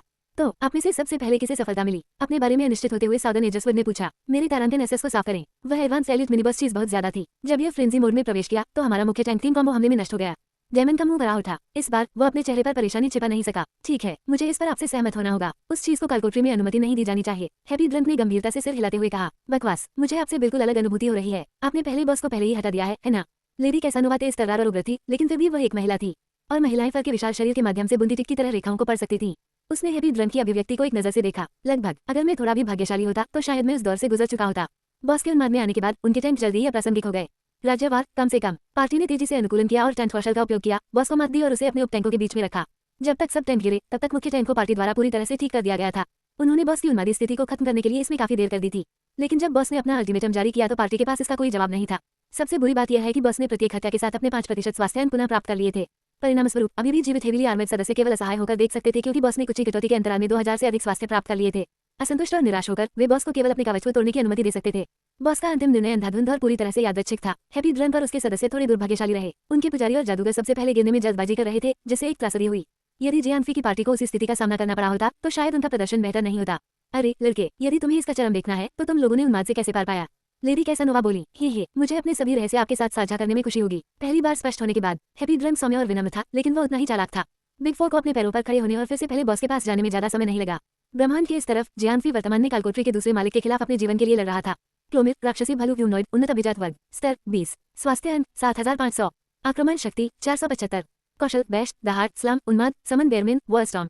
पवित्र बकवास, उन्होंने इस आदमी को एलिट कालकोटरी में क्या खिलाया? अकेले स्टेरॉइड ऐसा नहीं करेगा। जियानफी ने उन हास्यास्पद आंकड़ों पर नाराजगी व्यक्त की। वो उस हिस्से को भी नजरअंदाज नहीं करने वाला था जिसमें समन बेरमिन कहा गया था। ये गान में बहुत बड़ा दर्द होने वाला था। भाई ग्लाइडर, हम ये कैसे करते हैं? रोसेट रोज से पूछा। जियानफी एक पल के लिए सोच में चुप हो गई। उन्होंने अंततः कहा, गिल्ड मास्टर, मैं मिनियन बेरमिन को आपको सौंपने वाला था, लेकिन ऐसा लगता है कि चीजें इतनी आसान नहीं होंगी। मेरे पास कुछ विचार हैं, लेकिन इसका मतलब आपके लिए और अधिक काम हो सकता है। यह क्या है? रोसेट रोज को इससे कोई फर्क नहीं पड़ा। मुझे डेजल्डांस के हेल्थ पॉइंट्स देखने के लिए आपकी आवश्यकता होगी, जियानफी ने कहा। एक शूरवीर के रूप में रोसेट रोज एक बहुमुखी वर्ग से संबंधित थे जो उपचार, हमला और बचाव करने में सक्षम थे। वह सभी विद्याओं में निपुण थी, किसी भी विद्या में निपुण नहीं। ठीक है, रोसेट रोज ने सिर हिलाते हुए कहा। चकाचौंध, कुछ भीड़ को पकड़ो। ऐसा करने का समय आने पर मैं तुम्हें बता दूंगा। जियानफी ने रोसेट डेजल्डांस को बुलाया। रोसेट रेग्नेस भी एक योद्धा थी, लेकिन उसने ताकत और चपलता में कुछ योग्यता जोड़ दिए थे। वह विशेष रूप से टिकाऊ नहीं थी, लेकिन पुजारियों की सहायता से वह कुछ राक्षसों के खिलाफ अपनी पकड़ बनाए रखने में सक्षम थी। लेकिन अगर रोसेट रोज जैसी ताकतवर नाइट ने उपचार की भूमिका निभाई तो उसे निश्चित रूप से नुकसान होगा। एक खिलाड़ी के रूप में जिसने अपने योग्यता अंकों को अपनी जीवन शक्ति और ताकत में समान रूप से विभाजित किया था, रोसेट डेजल्डांस सब टैंक पद के लिए पहली पसंद थी। मियाओ मियाओ और पीछे मत हटो। अपने सभी महान उपचार मुझ पर डाल दो। उन्मन औषधियों को मत रोको, ये बॉस काफी खतरनाक है। जियानफी ने पुजारियों को स्पष्ट रूप से चेतावनी दी। तुम चिंता मत करो, इन लड़कियों के पास पैसों की कमी नहीं थी। उनके औषधियों को स्पैम करना कोई बड़ी समस्या नहीं थी। ठीक है, मैं काम शुरू करूंगा। जियानफी ने अपना लोहार हथौड़ा घुमाया और आगे बढ़ गया। हमेशा की तरह वह सबसे पहले आमने सामने गया और ऐसी अभिव्यक्ति की जो सोए हुए बुद्ध को हरकत में ला दे। अध्याय 36 राक्षसी भालू से लड़ना। दहाड़। बेरमिन बॉस ने छोटे आदमी को अपनी ओर बढ़ते देखा और स्वागत में दहाड़ लगाई। जियानफी की ओर बढ़ने से पहले उसने अपने विशाल पंजे घुमाए। Iron fist -300। जैसे ही जियानफी ने खुद पर वार किया, बॉस ने तुरंत जवाब दिया। टकराना। एक विशाल भालू का पंजा जियानफी के शरीर में घुस गया। -382। अरे बकवास, भाड़ में जाओ। वह एक सामान्य हमला था और यह टाइगरमैन बॉस के आक्रामक कौशल जैसा लगा। जियानफी लगभग अपनी त्वचा से बाहर कूद गया। इस बेरमिन ने एक ट्रक की तरह प्रहार किया। जोर 274, जोर 203। सौभाग्य से दोनों पुजारी अभी अभी उसके पास पहुंचे थे। उन्होंने तुरंत उसे ठीक करना शुरू कर दिया। धधकता हुआ हथौड़ा -278। जियानफी का लोहार हथौड़ा बॉस के शरीर में घुस गया। लड़कियों के गिरोह ने अंततः उसे पकड़ लिया और उसके पीछे संगठित हो गया। ब्लेड, जादू और तीर एक के बाद एक उसके सिर से गिर गए। जियानफी को पार्टी के कुल नुकसान आउटपुट में महत्वपूर्ण गिरावट महसूस हो सकती है। फर्क ये बड़ा काला द्रव्यमान निश्चित रूप से टाइगरमैन की बॉस की तुलना में अधिक सख्त था। टकराना। बेरमिन ने विशेष रूप से क्रूर प्रहार किया, जिससे जियानफी को आधा कदम पीछे हटना पड़ा। -887। अरे बकवास, यह आदमी सख्त है। जियानफी ने जल्दी से एक औषधि अपने गले के नीचे उतार ली। दोनों पुजारी इस गति से पिछड़ने लगेंगे। धीरे धीरे लेकिन निश्चित रूप से उन्होंने बॉस के स्वास्थ्य बिंदुओं को कम कर दिया। यह 80% अंक पर बंद हो रहा था। गर्जन। बेरमिन के बॉस ने अचानक हमला करना बंद कर दिया। उसने अपना सिर आसमान की ओर उछाला और धरती को चकनाचूर कर देने वाली दहाड़ निकाली। Swish swish. प्रकाश की दो सफेद चमक ने उन्हें क्षण भर के लिए अंधा कर दिया। दो संभ्रांत बेरमिन को बुलाया गया। गिल्ड मास्टर, उन लोगों को व्यस्त रखने के लिए मुझे आपकी और डेजल्डांस की जरूरत है। जियानफी चिल्लाया। ठीक है। रोसेट रोज और रोसेट डेजल्डांस को पता था कि क्या करना है। जियानफी ने उन्हें सब कुछ पहले ही बता दिया था। उन दो मिनियन ने अभी तक अपने स्पॉन एनिमेशन का काम भी पूरा नहीं किया था। वे अभी खड़े ही थे जैसे ही रोसेट डेजल्डांस ने अवसर का लाभ उठाया। पहले आरोप और फिर ताने के साथ उसने उनका जोरदार स्वागत किया। -347, -321। दोनों संभ्रांत बेरमिन भी झुके हुए नहीं थे। हालांकि वे अपेक्षाकृत धीमी गति से इधर उधर सुस्ताते और इधर उधर भटकते रहे, फिर भी उन्होंने काफी जोरदार प्रदर्शन किया। भाई ग्लाइडर, मैं अधिक समय तक टिक नहीं पाऊंगा। रोसेट रोज कोई विशेष उपचार करता नहीं थी। उसके स्वास्थ्य अंक तेजी से गिर रहे थे। चकाचौंध, अपनी औषधि पी लो। हर कोई 2 राक्षसों पर आग केंद्रित करो। जियानफी को भी उतनी ही उम्मीद थी। कुल मिलाकर लड़कियों ने घूम घूम कर रोसेट डेजल्डांस को निश्चित मृत्यु से बचाया। वे भले ही जोर से मारे, लेकिन उन्होंने उतनी सजा नहीं झेली। 10 सेकंड के भीतर उनमें से एक आधा दर्जन लड़कियों के हमलों के नीचे दब गई। इसके अलावा वे प्रति 3 सेकंड में केवल एक बार प्रहार करते थे। रोसेट डेजल्डांस बमुश्किल बच पाई थी, लेकिन फिर भी वह जीवित थी। गिल्ड मास्टर, डेजल्डांस को पूर्ण स्वास्थ्य में वापस लाएं। आप में से बाकी लोग बॉस पर धीर हो जाएं। जियानफी ने अपने गले में गांठ निगल ली। वे बमुश्किल पहली बाधा पार कर पाए थे। 80% अंक। 60% पर बॉस ने और अधिक बेरमिन को बुलाया, लेकिन पार्टी कहीं बेहतर ढंग से तैयार थी। वे पहले की तुलना में बहुत जल्दी गिर गए। हाथापाई करने वाले हमलावर, रास्ते से हट जाओ। 50% पर जियानफी ने चेतावनी दी। गर्जन। हाथापाई करने वाले हमलावरों के रास्ते से हटने के ठीक बाद बॉस ने उन्हें छोड़ दिया। भयंकर गर्जना के साथ जियानफी की आक्रमण शक्ति 80% कम हो गई। उसके सामान्य हमले बॉस की रक्षा को भेदने के करीब भी नहीं पहुंचे। ठीक है, सब साफ है, वापस आ जाओ। जियानफी ने राहत की सांस ली। टैंक के लिए हमलावर शक्ति खोना ठीक था, लेकिन मुख्य क्षति आउटपुट में से एक से बिजली खोना विनाशकारी होता। हो सकता है कि वे आने वाले बुलाए गए गुर्गों को भी संभालने में सक्षम न हो। यदि वे रोसेट डेजल्ट्रांस को बचाने में विफल रहे तो पुजारियों को बाहर निकाल दिया जाएगा और उसके तुरंत बाद एक पूरी टीम का सफाया हो जाएगा। जैसा कि अपेक्षित था, 40% स्वास्थ्य बिंदुओं पर बॉस ने और अधिक मंत्रियों को बुलाया। जियानफी की प्रारंभिक चेतावनी के कारण हाथापाई पर हमला करने वाली लड़कियां बॉस की दहाड़ से प्रभावित रहीं। उनकी आक्रमण शक्ति से समझौता नहीं किया गया था। मिनियन शीघ्र ही अपनी पूर्ण असीमित शक्ति पर गिर पड़े। गर्जन 30% पर वेयरमैन अपने पिछले हिस्से पर ऊपर उठ गया। वाह, फैलाओ, अब जल्दी करो, अपना सर्वश्रेष्ठ प्रयास करें। चेतावनी अभी भी बहुत देर हो चुकी थी। टकराना, बॉस ने खुद को जमीन पर गिरा दिया। आसपास के वातावरण में एक सदमे की लहर दौड़ गई। -1700, -1700, -1700, -1700, -1700। सभी पांचों हाथापाई हमलावरों को बॉस के वॉल स्टॉम्प ने मारा। चूंकि सामान्य मोड में बॉस ने कभी भी इस कौशल का प्रदर्शन नहीं किया था, यहाँ तक कि जियानफी ने भी इसे आते हुए नहीं देखा होगा। यहीं पर उन्होंने अपनी बढ़त खो दी। पार्टी इसे किसी अन्य पहली बार आने वाली पार्टी की तरह ही ले सकती है। जो भी कौशल आप पर फेंका जाए उसे अपना लें। जिंग, आपकी पार्टी का सदस्य रोसेट फैंटम युद्ध में गिर गया है। हाथापाई करने वाले 5 हमलावर जियानफी और 4 हैवी आर्मेड पार्टी के सदस्य थे। यहाँ तक कि ताकत और चपलता आधारित योद्धा रोसेट रेग्नेस के पास 1700 से अधिक स्वास्थ्य अंक थे। झटके ने उसे लगभग बाहर निकाल दिया था, लेकिन वह अभी भी खड़ी थी। रोसेट फैंटम द बैंडिट उतना भाग्यशाली नहीं था। उसके पास केवल 1300 स्वास्थ्य अंक थे और उसे मौके पर ही हटा दिया गया। चिकित्सकों, मुझे अभी भी आपकी मदद की जरूरत है। दूसरों को उनकी औषधि पर निर्भर रहना होगा। गिल्ड मास्टर डेजल्ट्रांस को ठीक करें। जियानफी लाल औषधि के घूंट के बीच चिल्लाया। यह एक निर्दयी झटका था, लेकिन पार्टी की आक्रमण शक्ति का बड़ा हिस्सा अभी भी बना हुआ था। उनके पास अभी भी लड़ने का मौका था। पहले जीवित रहने को प्राथमिकता दें। इसे 20% तक लाने में इतनी जल्दबाजी न करें। जियानफी को याद दिलाया, यदि उन्होंने उस पल में बॉस के परम को ट्रिगर कर दिया तो यह निश्चित मौत होगी। लगभग 10 सेकंड बाद और पार्टी ठीक हो गई थी। बॉस का हेल्थ बार तेजी से 20% के करीब पहुंच रहा था। जियानफी ने रोते हुए कहा, चिकित्सकों, पूर्णहम जाओ। अति उपचार के बारे में चिंता मत करो, बस मुझ पर उपचार जमा करते रहो, भले ही मेरा पेट भर गया हो। मुझे मिनियन पर नजर रखने के लिए हर किसी की जरूरत है, उन्हें अस्तित्व में भी न आने दें। 20% तब था जब नॉर्मल मोड बॉस उन्माद में चला गया था। ये बॉस न केवल काफी सख्त था, यह मंत्रियों को बुलाने में भी सक्षम था। गर्जन, एक उग्र दहाड़ के साथ बॉस ने राक्षसों को बुलाया। मुझे भीड़ मिल गई है, मेरी परवाह मत करो। रोसेट डेजल्ट्रांस काफी अनुभवी थी। उसने कुशलता से पूरे झुंड को पकड़ लिया था। ओह, बॉस के शरीर पर एक लाल चमक उभर आई। उन्माद, जियानफी के स्वास्थ्य अंक गिरने लगे। दोनों पुजारी ओवरटाइम काम कर रहे थे, किसी भी तरह का ध्यान भटकाने में असमर्थ थे। बस, बॉस के शरीर पर लाल चमक बाहर की ओर फैल गई। उन्माद ने 2 मंत्रियों को भी पागल कर दिया था। -485, -478। वाह, मुझे ये समझ नहीं आया। कृपया मेरी बात पर ध्यान दें। रोसेट डेजल्ट्रांस चिल्लाई। उसकी आंखें घबराहट से चौड़ी हो गईं, क्योंकि उसके सामने मौजूद राक्षसों के मुंह से भयंकर झाग निकलने लगा। शत, जियानफी ने शाप दिया। यदि उसे पहले पता होता तो वह रोसेट डेजल्ट्रांस से राक्षसों को बॉस से दूर खींच लेता। किसी को भी उन्माद के इस विभत्स रूप की उम्मीद नहीं थी। अध्याय 37 बॉस को नीचे उतारना। पूरी ताकत से भीड़ पर गोली चलाओ। जियानफी दहाड़ उठा। एकमात्र विकल्प यही बचा था कि या तो जीत की ओर बढ़ें या फिर हार की ओर बढ़ें।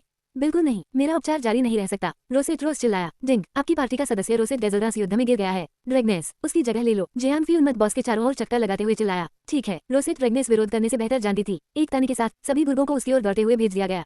सौभाग्य से एक जानवर पहले ही केंद्र ताक में गिर चुका था। दूसरा आधा बार छटपटाता रह गया। ड्रैगनेस तेजी से मर रही है, मैं उसे जीवित नहीं रख सकता। रोसेट रोज चिल्लाए। आखिरकार रोसेट ड्रैगनेस एक आक्रमण प्रकार की योद्धा थी जिसने अपनी जीवन शक्ति स्थिति में कुछ भी निवेश नहीं किया था। उसके भारी कवच के बावजूद एलिट बेरमैन के एक हिट ने फिर भी 500 स्वास्थ्य अंक छीन लिए। इसके अलावा रोसेट रोज कोई विशेष उपचारकर्ता नहीं थी। दोनों पुजारी जियानफी को ठीक करने में बहुत व्यस्त थे। वे कुछ भी नहीं छोड़ सकते थे। 2 हिट फिल्मों ने रोसेट ड्रैगनेस को लगभग कब्रिस्तान में पहुंचा दिया था। इसे जल्दी से मार डालो। जियानफी के पास कोई विकल्प नहीं था। जिंग, आपकी पार्टी की सदस्य रोसेट ड्रैगनेस युद्ध में गिर गई है। रोसेट ड्रैगनेस के जमीन पर उतरने से पहले रोसेट रोज निर्णायक रूप से आगे बढ़ चुकी थी। दृढ़ विश्वास के साथ उसने राक्षस को पकड़ लिया। एक शूरवीर के रूप में वह निस्संदेह पुजारियों और जादूगरों से अधिक कठोर थी। वह इस समय सबसे अच्छा विकल्प थी। ओह, सौभाग्य से रोसेट रोज को विशाल पंजे से केवल एक ही बार मिला था। जादूगर इसे विस्फोट से नष्ट करने में कामयाब रहे। बॉस पर पूर्ण क्षति का आउटपुट। चिकित्सकों, अब हार मत मानो। यदि संभव हो तो मुझे पूर्ण स्वास्थ्य बिंदुओं पर बने रहने की आवश्यकता है। कबीले मास्टर, अगर मैं मर जाऊं तो कार्यभार संभालो। जियानफी ने पुकारा। चूंकि बॉस के स्वास्थ्य अंक तेजी से 10% के करीब पहुंच रहे थे, इसका मतलब आसम स्लैम भी था।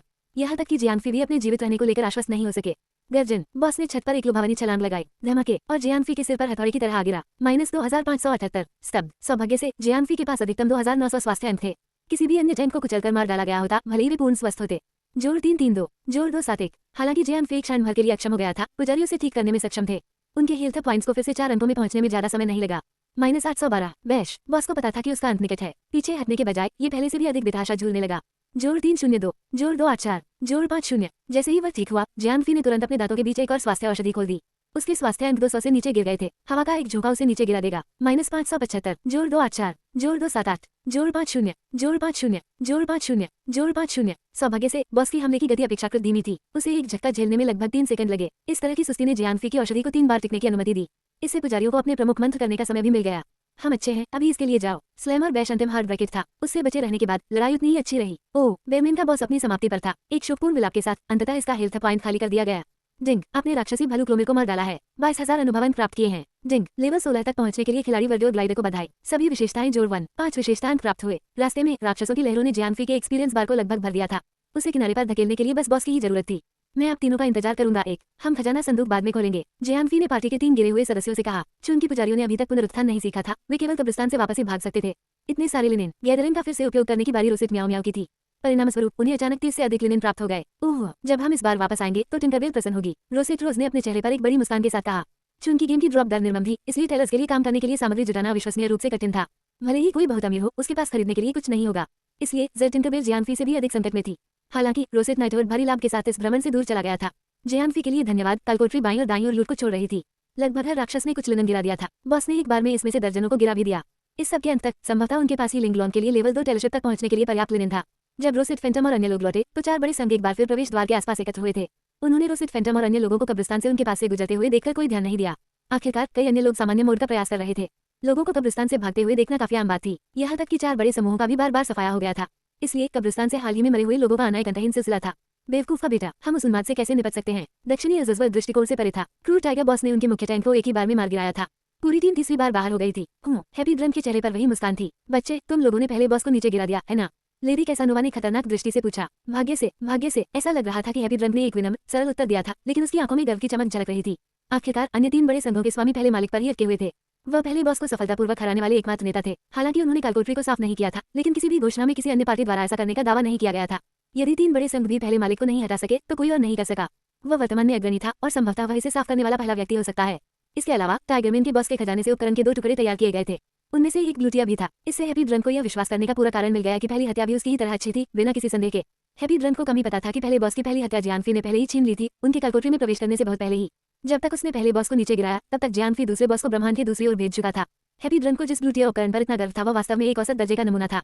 फर्स्ट किल इनाम के रूप में डबल आरोही ग्लूटिया उपकरण पहले ही रोसेट नाइटवर्ड द्वारा प्राप्त कर लिया गया था। क्या तुम लोगों ने वास्तव में ऐसा किया? इसने दक्षिणी एजस्वर्ड का पूरा ध्यान आकर्षित किया था। हृदय, हैप्पी ड्रम मुस्कुराया। एक शब्द भी कहने की जरूरत नहीं है। उनकी शारीरिक भाषा ने उनके अहंकार को पूरी सीमा तक प्रदर्शित किया। यदि आप हमें यह नहीं बताएंगे कि आपने ये कैसे किया, तो कम से कम हमें ये दिखाएं कि आपको इससे क्या मिला। डेमन का मुंह भौंकने लगा। ठीक है, हैप्पी ड्रम के पास छिपने का कोई कारण नहीं था। कुछ भी हो, वो उन्हें अपनी लूट की चीजें दिखाने में प्रसन्न था। हैप्पी ड्रम की पार्टी वास्तव में पूरी जेबें भरकर बॉस की लड़ाई से दूर चली गई थी। इसमें एक चढ़ी हुई हरे रंग की टिया वाली अंगूठी और नीले रंग की टिया वाली चेनमेल बॉटम थी। किसी को अंगूठी देखने की जरूरत नहीं है। खेल के इन शुरुआती चरणों ने ज्वेलर्स को चमकने के लिए अभी तक कोई जगह नहीं दी है। किसी भी सहायक उपकरण को दुर्लभ उपकरण माना जाता था। लेवल 15 ब्लू टियर चेनमेल बॉटम्स वास्तव में एक मुख्य टैंक की क्षमता को बढ़ाएंगे। ये भविष्य में कालकोटरी में अधिक सहजता की गारंटी देता है। इसलिए हैप्पी ड्रम उन 2 प्रमुख नमूनों को प्रदर्शित करने में प्रसन्न था।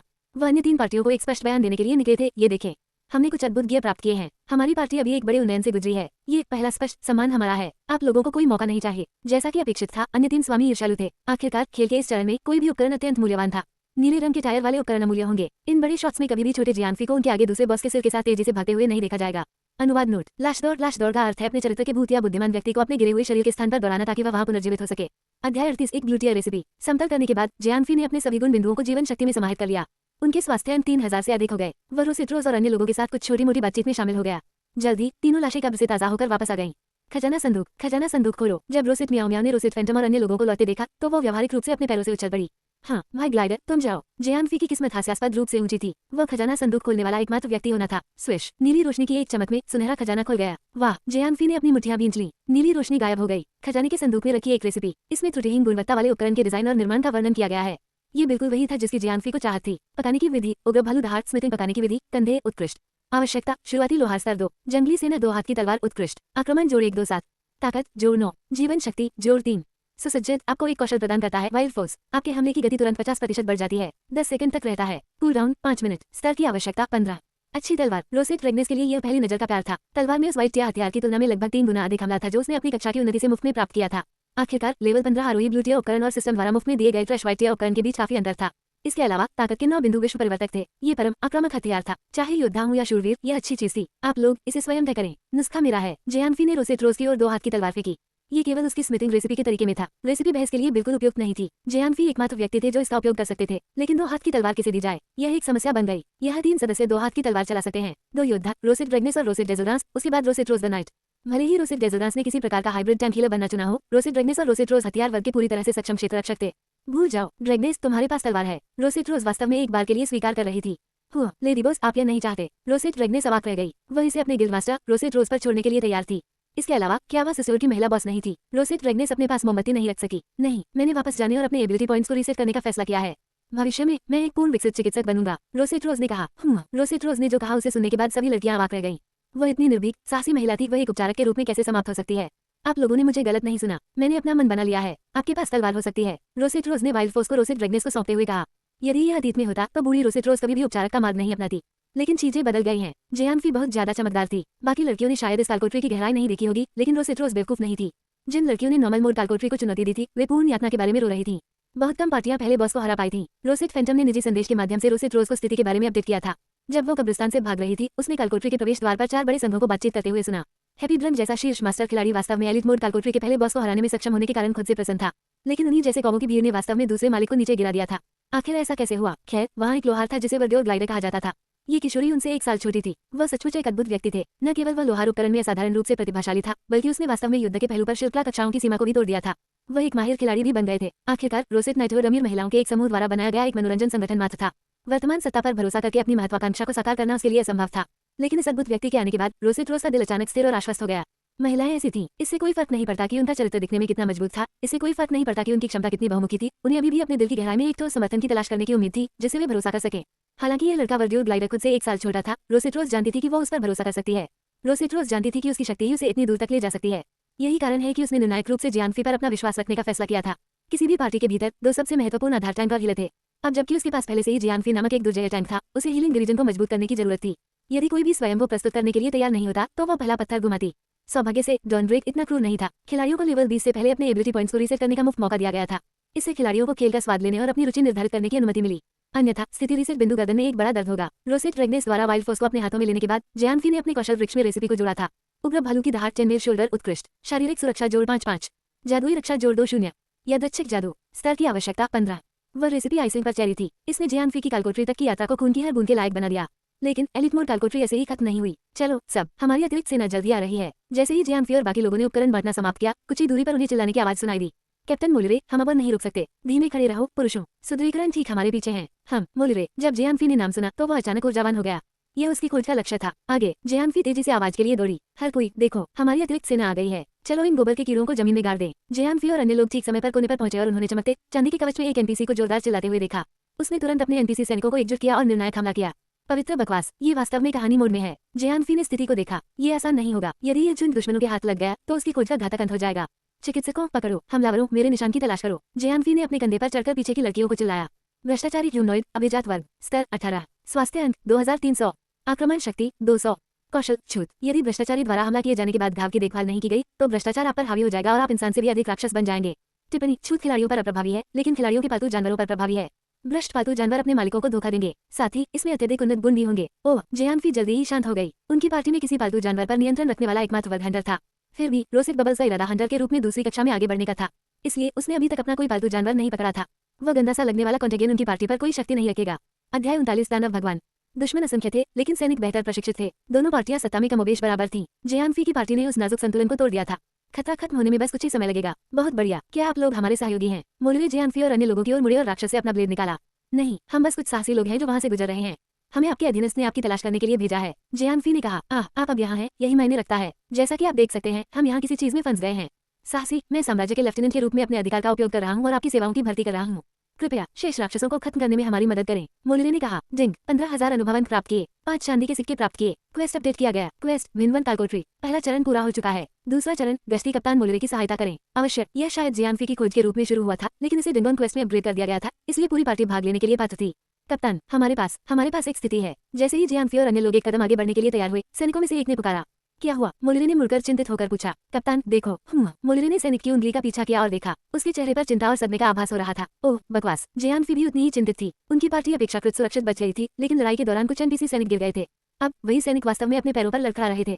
संक्रमण। जियानफी ने तुरंत स्थिति का अनुमान लगाया। उनकी पार्टी के सदस्य उतने शांत नहीं थे। उनके पास कोई रहस्यमय धोखा देने वाली अंगूठियां नहीं थी और इसलिए वे इस बात से अनभिज्ञ थे कि द कप्टर्स के पास ऐसा कौशल है।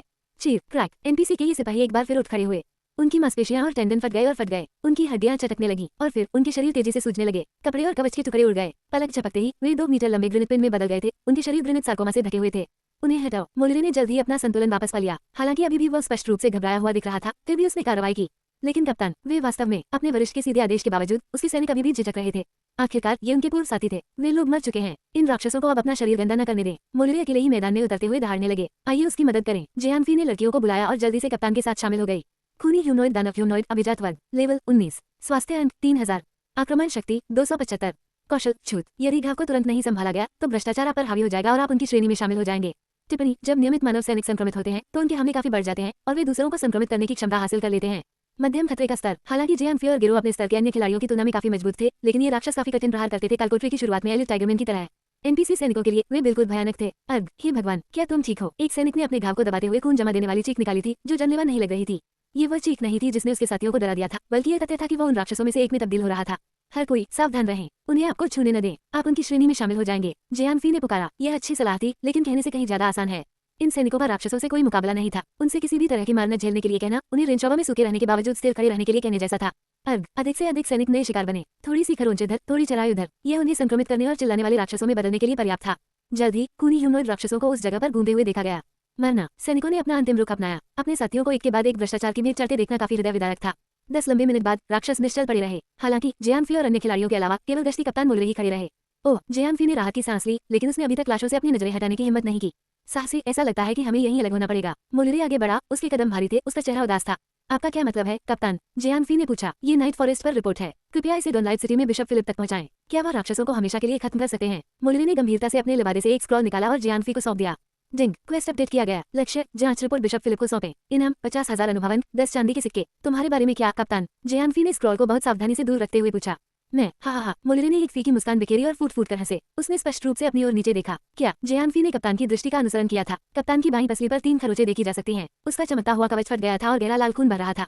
इसे जीवन के लिए खतरा नहीं माना जा सकता। कैप्टन जैसे अनुभवी योद्धा को इससे शायद ही कोई झटका लगे, लेकिन संक्रामक कौशल ही उसे मार रहा था। अब जल्दी करो, मैं इसे अब और नहीं रोक सकता। जैसे ही मुलरी की आवाज उठी, उसके चेहरे की विशेषताएं उनकी आंखों के सामने बदलने लगी। यह बहुत देर हो चुकी है, जल्दी करो, मुझे मार डालो अभी। मुलरी की आंखें लाल होने लगी। अर्घ, जेआनफी के पीछे की लड़कियों ने दुख और आतंक की चीखें निकाली थी। उन्होंने सहानुभूतिपूर्वक कैप्टन की ओर देखा। ओह, उस समय मुलरी ने अपना परिवर्तन पूरा कर लिया था। मुलरी ह्यूमनॉइड दानव भगवान ह्यूमनॉइड एडवांस्ड एलिट, स्तर 22, स्वास्थ्य अंक 8800, आक्रमण शक्ति 585, कौशल great smash, great swipe, flash phagocytosis, flash rip, death gauge. टिप्पणी, एक राक्षसी मानवीय निम्न रैंकिंग अधिकारी। उनका आक्रमण काफी बढ़ गया है। अत्यधिक उच्च खतरे का स्तर। परिवर्तन पूरा होने के बाद बॉस 3 मीटर से अधिक खड़े होकर उनके ऊपर चढ़ गया। उसके पूरे शरीर पर घृणित सार्कोमा उगाया। यह एक फूला हुआ त्वचा रहित दानव जैसा दिखता था। उसकी मांसपेशियां सिर से पांव तक दिखाई दे रही थी। मुझे लगता है ये तीसरा चोदू बॉस होना चाहिए। जेआनफी ने विशाल को घूरकर देखा और मन ही मन बुदबुदाया। अध्याय 40 दानव भगवान के खिलाफ एक हताश लड़ाई। बॉस ज्यादा देर तक खाली खड़ा नहीं रहता था। 2 बड़े कदमों के साथ ये तेजी से जेआनफी और गिरोह के पास पहुंचा और अपना परिचय दिया। धमाके, इसने अपना एक विशाल पैर उठाया और नीचे गिर गया। जेआनफी ने सजगता से अपनी ढाल उठा ली। ऊपर -521, -521, पवित्र बकवास। ये बहुत ही खूनी अपमानजनक है। जेआनफी को खांसी हुई। बॉस का सामान्य हमला पहले से ही इतना हास्यास्पद था। क्या इसके कौशल वास्तव में जमीन फाड़ देंगे? जेआनफी ने जल्दी से एक लाल औषधि गटक ली। दोनों पुजारी जल्दी से काम पर लग गए। आयरन फिस्ट, धधकता हुआ हथौड़ा, -300, -628, गंभीर हिट। इसे लाओ। हाथापाई की कक्षाएं उसके बगल में। उसके महान स्वाइप से सावधान रहें। ये बॉस मैक ट्रक की तरह टकराया, लेकिन यह मूल रूप से चलने वाली कांच की तोप थी। अधिक से अधिक इसकी रक्षा टाइगरमैन के बॉस के बराबर हो सकती है। गर्जन, 2 और घूंसे मारने के बाद बॉस ने अचानक उसे गिराने से पहले अपने हाथों को एक साथ रखा, अपनी उंगलियों को क्रॉस करके 2 हाथों की मुट्ठी बनाई। -1280, शानदार तोड़। क्या? जेआनफी को लगभग 8 कदम पीछे जाने के लिए मजबूर होना पड़ा। शुल्क -50। आखिरी चीज जो जेआनफी चाहता था वह ये थी कि बॉस पलट जाए और हाथापाई करने वाले हमलावरों पर जोरदार वार करना शुरू कर दे। वह तेजी से मैदान में लौट आया और बॉस को 2 सेकंड के लिए स्तब्ध कर दिया। उस पर उसका ध्यान जाना चाहिए। गर्जन, जैसे ही बॉस को होश आया, उसने एक विशाल हाथ को एक चौड़े चाप में घुमाया। एक खूनी लाल रोशनी उसके सामने से होकर गुजरी। सौभाग्य से जेआनफी ने पहले ही सुनिश्चित कर लिया था कि बॉस दूसरों की ओर पीठ करके खड़ा है। वह इसका एकमात्र लक्ष्य होगा, एओई या अन्यथा। यहाँ तक कि हमलावर और हीलर भी बॉस के पीछे थे। -725, प्यारी, हम इसे जारी नहीं रख सकते। हो सकता है कि बॉस किसी पहाड़ को फिर से बनाने की कोशिश कर रहा हो। उनके निरंतर बेहतर उपचारों के बावजूद जेआनफी का स्वास्थ्य तेजी से गिर रहा था।